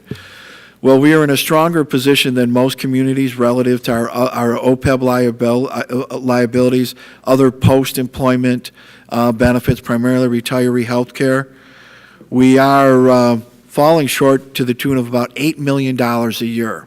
Each year when we don't hit that goal, that becomes a larger number. Again, we're in a stronger position than most, but in the near future, we'll be having a discussion about a meeting the administration will be having with the Department of Treasury regarding these liabilities. In addition to those liabilities, I make no denial that we have fallen behind in wage competitiveness. For example, there are a couple bargaining groups that when we research competitive wages, the employees should be making $10,000 to $12,000 more a year. However, the budget just simply does not sustain that. When we look at our overall cost per employee, we are averaging 80 to 82 cents for every dollar of payroll for fringe benefits. The other item I ask you to consider, in addition to the OPEB liability and your wage competitive situation, are your facilities and your capital needs. So you're falling behind. You probably have got to make a fundamental shift in your budget of about $12.5 to $13 million. It's not going to happen in 1 year, but we will, and we make some recommendations to council that begin to address that. The group that was discussed earlier, there are 20 employees. They probably should be making another $10,000 to $12,000 more. So if we were to do that additional increase on top of the $800,000 hole, you'd have $1 million hole. It's not sustainable. So we do have to look at every course possible. So on the 4th, we're going to begin this conversation. We'll also be presenting a new benefit consultant that I hope will bring some more creative ways in how we can address some of these liability costs that we have with our employees. They're real and they have to be dealt with. It's not a matter of there's no more money. I'm going to put it out there. The current budget actually takes the 345 millage to over 5 mills. And only a few years ago, that was 1.7 mills. There's a threshold of what our taxpayers can bear, and we've got to start being realistic about that. So the 4th, we're going to present the CAFR, a budget update of where you're at, present a few things. I would like to get from council tonight, a date we can meet to start working on the budget. The administration had a conversation today. We'd like to throw out possibly a good 6-hour working session on Friday, June 8th. And again, Mr. President, if we could just get some kind of date, and obviously the administration is happy to do and accommodate council in however you want to do this. There have been times where we've spent as many, we've done it in 4-hour blocks. I think 3 years ago we did it in a 1-day session, and we were done in, I think we were done in 4.5, 5 hours.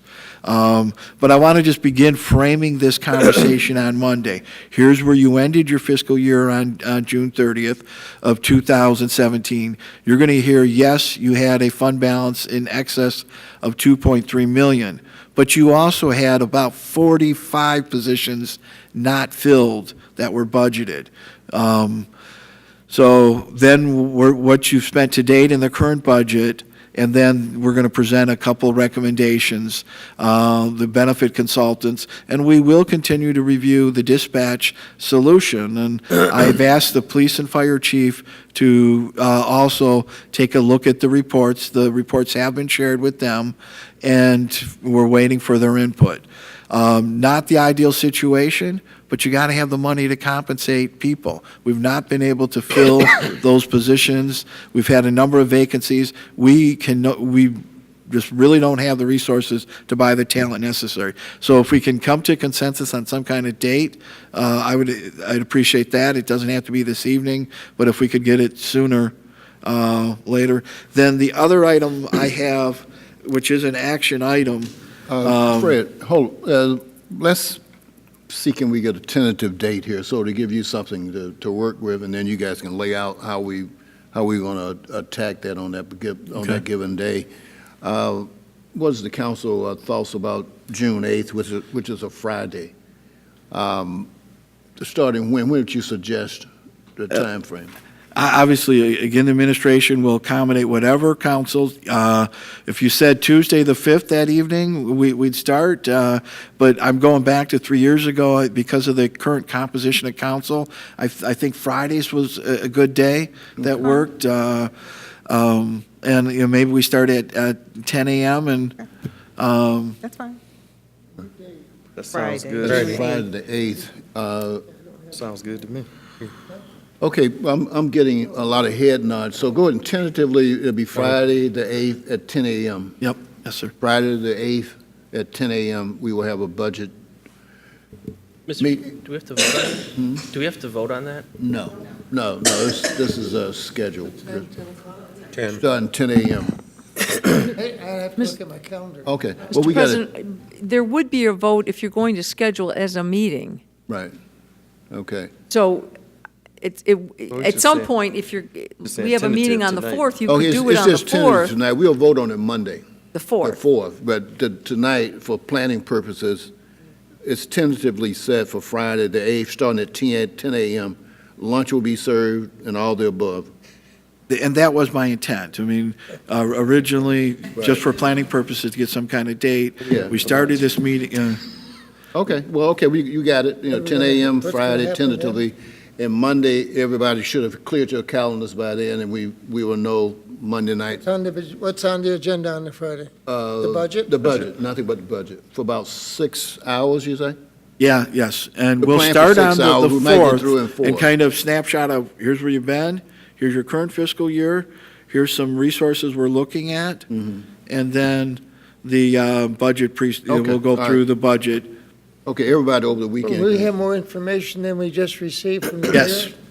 You'll get, it'll be Enough time that, to read it? yes, it'll be that inch book. Okay, the way I understand it, Monday, we will vote on the budget planning date, finalize it. All the material needed for that particular meeting will present it to council on Monday night. Okay, all right, the other item you had. The other item pertains as a request for the city to exercise its right of first refusal. We have received the current list of tax foreclosed properties from Oakland County. So we're asking the city pursuant to Public Act 206 of 1893 as amended to exercise its first right of refusal. There were originally 42 parcels on the list. We're requesting that the city exercise the right on 40 of the parcels. All of the parcels have the first number in the column is a label. We're asking the county to exercise the right for 40 properties. Again, as we've done the previous last 2 years, the Southfield nonprofit, through its Neighborhood Revitalization Initiative, LLC, will put the funds on deposit with the city prior to the acquisition. The acquisition fund amount is $451,431.19. I've included some additional information.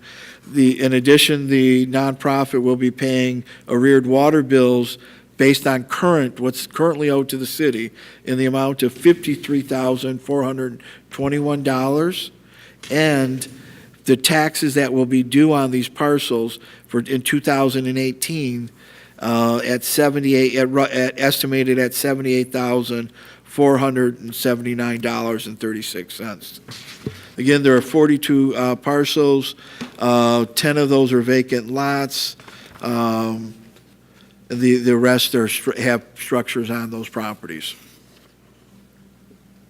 So you're asking for action tonight, or? Yes, I've included a resolution, and I did send this to council. I finished the list around late Friday night, and the resolution, we're requesting that the administration is recommending that in consideration of the Southfield Nonprofits Revitalization Initiative LLC depositing the required funds in the amount of $451,431.19 with the city prior to acquisition, that the city exercise its right of first refusal to acquire the 40 parcels listed in the attachment below titled Portfolio 2018 from the Oakland County Treasurer's Office pursuant to Public Act 206 of 1893 as amended. Be it further resolved that upon the Oakland County Treasurer's Office conveying the subject property deeds to the city will transfer the subject properties to the Neighborhood Revitalization Initiative LLC, which will facilitate any required environmental investigation, environmental remediation, demolition if necessary, renovation, construction of new homes if economically feasible, and the sale of the acquired 40 properties. Mr. Chair, Mr. Mandelbaum. I'd like to move the recommended resolution for the NRI Portfolio 2018. Support. Moved by Mr. Mandelbaum, supported by Mr. Mr. Chairman. Frazier. I'd like Go to ahead. ask a question, though, but go Go ahead. ahead, you go ahead. Wait a minute, wait. In your in your resolution, it says 40 parcels? Yeah, Should it be wait. 42? 40, there are 40 parcels. And Of the two- original 42, labels 23 and 26 were deleted. Which deleted? If you're going through the Ian. list, you'll see we No, it's a skip. trick You question. go 22, 24. There's no 23. Well, that's. Oh, it's been deleted. 23 and 26 are, have been deleted from the list. Are empty lots. So what do we have? Is it- So the rest are 40 houses. Yes, 40 parcels, 40 properties. So this list is accurate? This is Yes, sir. accurate. Okay. Did you get us the- Since I'm becoming a stickler for Robert's Rules of Order this year, Madam Clerk. We have a motion on the floor. We a just motion, need and then we support get a- of that Then we got a motion. second for Mr. Frazier? Yes. All right. And then the question period. Okay. So we answered the question. Mr. Frazier had a question. Right, I did. he got, it's All right, been but- answered. All Then- right. then So I have are a we still question. legal? Yes, okay, we're still legal. The smile on her face said we're legal. Mr. Fracassi has a question. Yeah. Mr. Fakasi, you have a question?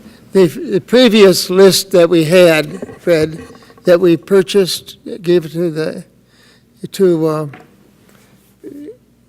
anyway, they, a lot of the homes, there was legal work to be done? Is that correct? Well, I can tell you of the homes that have been acquired, and if the mayor can maybe jump in, we've sold 26 homes. We've got renovation going on in numbers. Yes, we have a number of parcels still tied up in legal.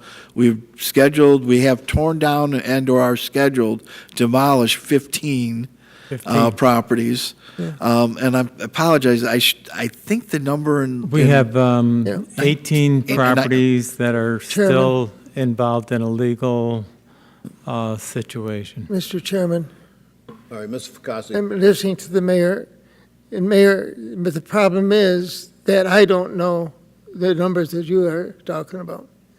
And I'm a councilman, and I don't have any numbers on how many, what we did with the money, what we did, what are still illegal. I mean, you're in the dark. I know that you've come out with, your program and things, and you've seen it. I'm not getting into your stuff. But as a councilman, these things slide by, and I hear about it, and I see you showing them, and I'm sitting there worse than a resident because I don't even know what you're talking about. I mean, you know, in other words, there were cases where they weren't cleaned up, and we don't know how much that money, how much that costs us if we were replenish the money that we use for legal. I'm trying to figure out what our cost of doing business is. And the only way I can know is if I know what's happening with the program. And I just mentioned this on a previous program, is that there's no information that comes to council that I'm aware of that tells me what the state status of those programs that we are going and voting on, and whether they're working, whether they're not working, if there's still additional work to be done, as we are now approving more units to go, and we have nothing to base the experience with other than a report from the administration or whoever. And we don't have that. And now we come with another list, and I have the same questions. How was the previous thing that we did? How was the money spread out? Was the city made whole on those dollars and cents? I want to be real clear. Who picks up the legal fees? If that's placed back? You just made the statement, the city made whole. Just to be clear, the city, the general fund, has no money in this project. No, Fred, and if I may, please understand. We're not talking about not only the money, we're talking about a group that has been commissioned to fix so many homes in the city and dispose of them, okay? That's part of our obligation as a council person, is to see whether or not we're getting what we are paying for or what program we are releasing Then you're not that works. paying for anything, sir. No, but is it working? But you're not answering me. Is it working? The answer is How many working. homes out of the 46? It is a fluid process. For example, Give me double you talk. still I have won't- two no, homes in never mind. the 2016. I want to report on it and see how many homes did we not take care of with like the empty lot on Virginia. It's sitting there. And that empty lot has been sitting there for how many years? Pardon? How many years has that empty lot been sitting there? Probably 2. No, that empty lot's been sitting there for at least 6 years. Or they tore down the house that was on it. Let's hold it. No, I'm just asking, very simple, Mr. Chairman, that I want to report on a pre-existing program that we initiated and voted for. Yeah, I got you. Before I vote on this one. Okay, that's why I stopped, is I want to we had 3 conversations going here. So I've seen the reports. I've seen it. This is the 3rd batch of these particular. I've seen those reports. So next week, but I want to we don't have to move on this. But I want to next week. I want to see something that year 1. What's the results of year 1? What are the results of year 2? And that will satisfy Mr. Ficasi's question with respect to where we are on each batch of these particular houses. Mr. Chairman, I don't want to interrupt you, but I think council as a whole should know these things. It's going to be for the not whole just council. me. I know. This is for the whole council. All 7 of us will get this. And I know it's available. I've seen it. So next week, by the 4th, for each year that we've been involved with this, we want to see the pluses and the minuses, where we are with each batch. Now, I know the data is there, and it's all that it's probably sitting somewhere, just presented to us Monday. So, and make it clear that I think this is a misconception. This is not the city's money. This is the NRI's money, and it's a pass-through. The city is only have a right of first refusal. That is our stake in this game, and we passed it on to the nonprofit. So, but tonight,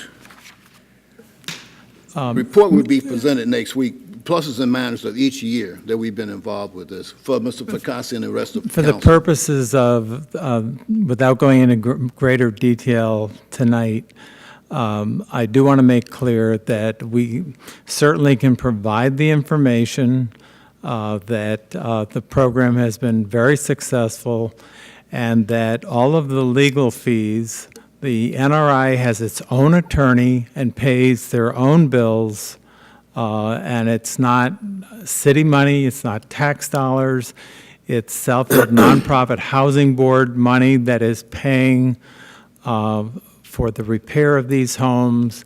We can give you a progress report on where we are, how many are still under construction.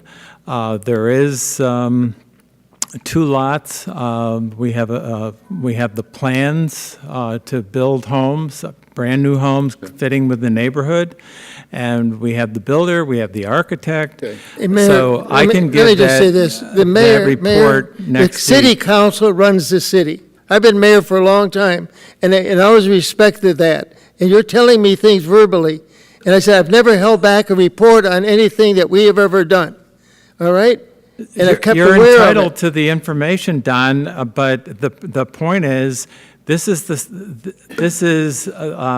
Southfield Nonprofit Housing Board and the Southfield NRI are running this program.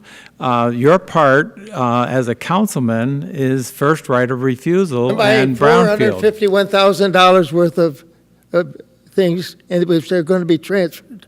Okay, all All right. right, it's going to be repaid, but the money's coming from the city to make it happen. Okay, I want to, You have to pay for we seat. can, we've been discussing this off and on for, and I understand this program very distinctly. We have individuals here who are on the board of the NRI, and they can explain this to us very distinctly next week. And when we get that report, we'll set aside a session of some time going through it and just reinforcing that this is not the city's money. It's not coming out of the general fund. And that is a misconception with the public, and seemingly it's a misconception with someone's here, on council here. So that will be presented to us on Monday, the pluses and minuses of each batch that we've been dealing with. But tonight, I have a motion and I have a second to approve the resolution as presented for this 2018 portfolio. And it's been a second, a motion by Mr. Mandelbaum, second by Mr. Frazier. Ms. Taylor. Okay. Okay. Oh, first of all, I have a couple of questions. What's happening here tonight, really quickly, the amount for the water and the amount for the city taxes, are they going to be paid at the same time? I know it's going to be paid by the NRI, but are they to be paid at the same time? Well, Because that would be in addition to the $451,000. Upon receipt of the summer tax bill, and this list is coming out the earliest it's ever come out, and just for the record, it was our intent to have a report prepared. However, we weren't expecting this list to come till mid-June. And we actually have our partners with Habitat working on that report. It's been part of a business plan produced to present to a local lending institution. So the taxes, when the summer tax bills come, we'll pay them. When the winter tax bills come, we'll pay them. We who? The NRI will pay them. The NRI is going to pay. NRI. So this information, just so I'm clear, this information for 2018 and for the water bill is not, you don't have to pay that at the same time that we're acquiring the properties. The initial is the acquisition, and the other, for the record, we usually have two or three properties fall off the list. Right, but So- is that a yes or no? I'm just trying to get that clear. Is that a yes? Answer is yes. Okay. NRI So- will be paying the initial so- amount. So the NRI is going to pay the addition, in addition to the 451,000, the 53,000 and the 77,000. Correct? The answer is yes, Okay. providing the properties transact. Okay, no, If the I'm just properties getting don't clarity transact, because. we won't be paying it. Okay, I'm just getting clarity because it's just simply said 451,000 was all we were talking about. I wanted to make sure that everyone understands that it's all of the numbers that's on this sheet. And then for the presentation on Monday, could we have the NRI maybe present the reports rather than the city people so that we can ask questions that we have? Wouldn't that make more sense Sure. All right. with those reports? Mr. Zorn, is that makes- appropriate? that's doable. Whether we have somebody available to do that? Or do we need it? Because the mayor is the chairman of the NRI. Mr. Mandelbaum is the secretary. I chair Fred the is a board Southfield member. Nonprofit Housing Board. I'm unpaid. Right. We've shepherded this program. I think the answer should come from the Southfield Nonprofit Housing Board. It's their money. They're the ones that are overseeing this whole endeavor. And there's been great success, and property values have increased on the homes that have been sold. There have been multiple bids on these properties. If you need more information, I'm glad to provide it, but it's coming from the Southfield Nonprofit Housing Board. Okay. And we will give you a report on the 2017 and the 16 and the 17 properties. And that's fine, except shouldn't someone from the NRI be there as well? They can be here, but the money is coming from the Southfield Nonprofit Housing Board. This is the entity. Let me try to cut to the chase on this. Who would be the most appropriate to make the presentation on the information that we're getting Monday? I will Who's the have most a appropriate? representative from Habitat for Humanity Excuse me? make that presentation. I object to that because they are the contractor. Right. Okay. This should really come from the Southfield Nonprofit Housing Board. This is the program that it is administering, and the NRI is a subsidiary of the Southfield Nonprofit Housing Board. I agree with that. And the reason I ask that, though, through the chair, is that is it true or not that there is still lawsuits where There are lawsuits. Correct, and isn't the NRI as well as the Southfield Nonprofit Housing Board also named there? So if we're going to ask questions, we should ask them of all parties and not just one or two. And I agree, the program and everything is correct. What we're saying is that, and if I'm hearing Mr. Frakazi correctly and for myself, we're looking just for information. And if we'll we can provide the information. Right, but we'd like to hear from everybody instead of just one person, if that's Really? Okay. okay. Who has the best information for us to hear? I want to answer your questions, but I don't want a circus. I just want the individual Right. to have the best information that can answer the questions that you see here tonight. You three are integrally involved in this. So who's the best person to sit there to answer this particular questions? Is it someone from the nonprofit board? Yes. The nonprofit board will have the final information. Okay, so that's the person who should be there. Go ahead, Mr. Mandelbaum. You had a I would just like to suggest that being the council representative to the nonprofit housing board, I don't mind, as well as the mayor, presenting that information to the council as I've been assigned to be the council representative.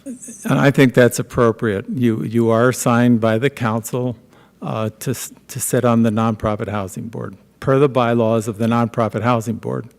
Mr. Chairman, it's just getting too complicated. I'm just asking for a report, how many houses we had, how many we went to still in court, how many have been completed, how many sold. Okay. It's just like an annual report, how good am I? Okay, I'm with you on that. Ms. Taylor brought some other questions, but I want your questions, Mrs. Taylor's questions answered, and for any ambiguity to be clarified by the most appropriate person to sit there and answer the question. You guys come up with a conclusion. Who should be the best? Is it the mayor, Mandelbaum, and Zorn, or we want somebody else to answer that? I mean, we're asking for advice. Who's the best person to give us information to satisfy Ms. Taylor's question, satisfy Mr. Zorn's question, Mr. Costin's question? I just need a report. I don't need anybody standing there answering my I know you questions. got a report, but she has questions. Okay, So who's the well- best person there?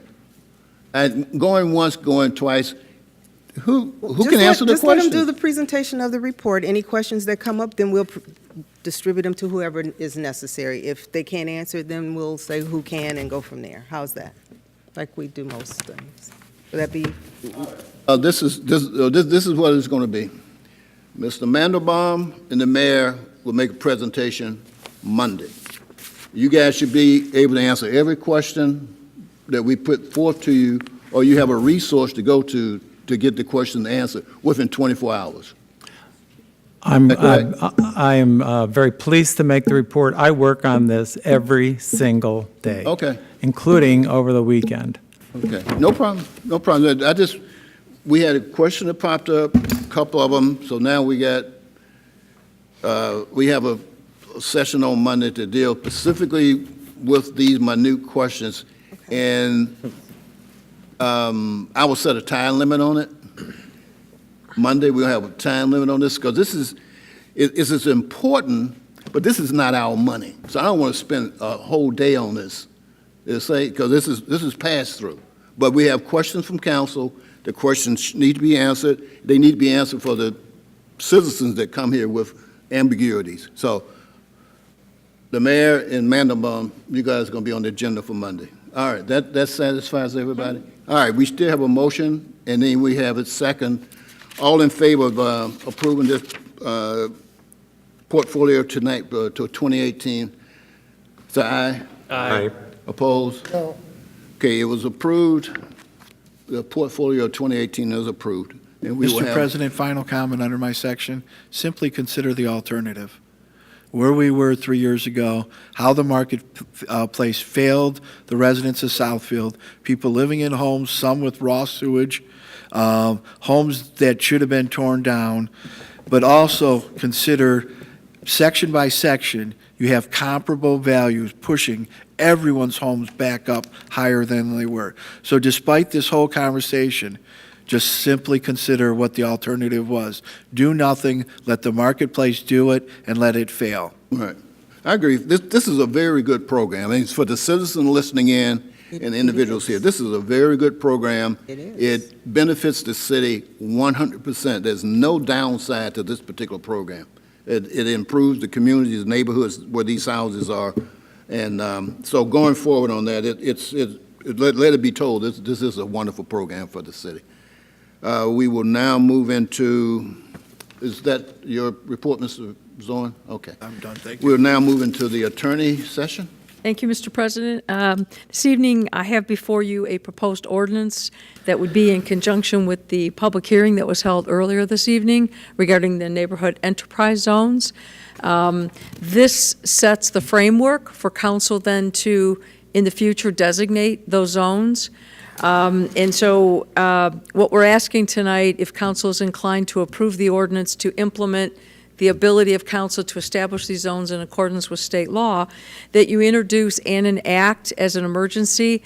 I know with the meeting last week not being held because of the quorum issue, there's a timing issue now that we would like to get this thing in place, fully enacted, so we can publish prior to the June 18th meeting, when you will presumably establish the different NEZ zones within the city. And so on that basis, I would ask that despite the resolution that doesn't say that, I did put it in the folder, but again, we had I think quite the, in order to get from last week to this week, it just didn't make it. So again, asking for it to be established and introduced and enacted tonight, and then we can publish and be ready for June 18th. I need a motion for immediate need to act. I'd like to, Not an immediate need to act, because we're in a regular setting, but just an emotion to approve and then introduce. We'll get an ordinance number, and then we'll also enact separately. Okay. I'd like to move that we approve the proposed ordinance amendment, neighborhood enterprise zone. Support. Been moved by Mr. Mandelbaum, supported by Mr. Cruz, that we approve the proposed ordinance to establish the enterprise zone. All in favor? Aye. Opposed? The ayes have it. I think we have Go ahead. ordinance number, We need, You need to introduce and I like, Go ahead. do we need an ordinance number first? That's what I'm getting Five. to tell you. It's 1695. ordinance 1695. Ordinance number 1695. I'd like to move that we introduce and enact as an emergency ordinance number 1695. Support. It's been moved by Mr. Mandelbaum and supported by Mr. Cruz that we introduce and enact ordinance number 1695. All in favor? Aye. Opposed? Okay. The has been introduced and enacted.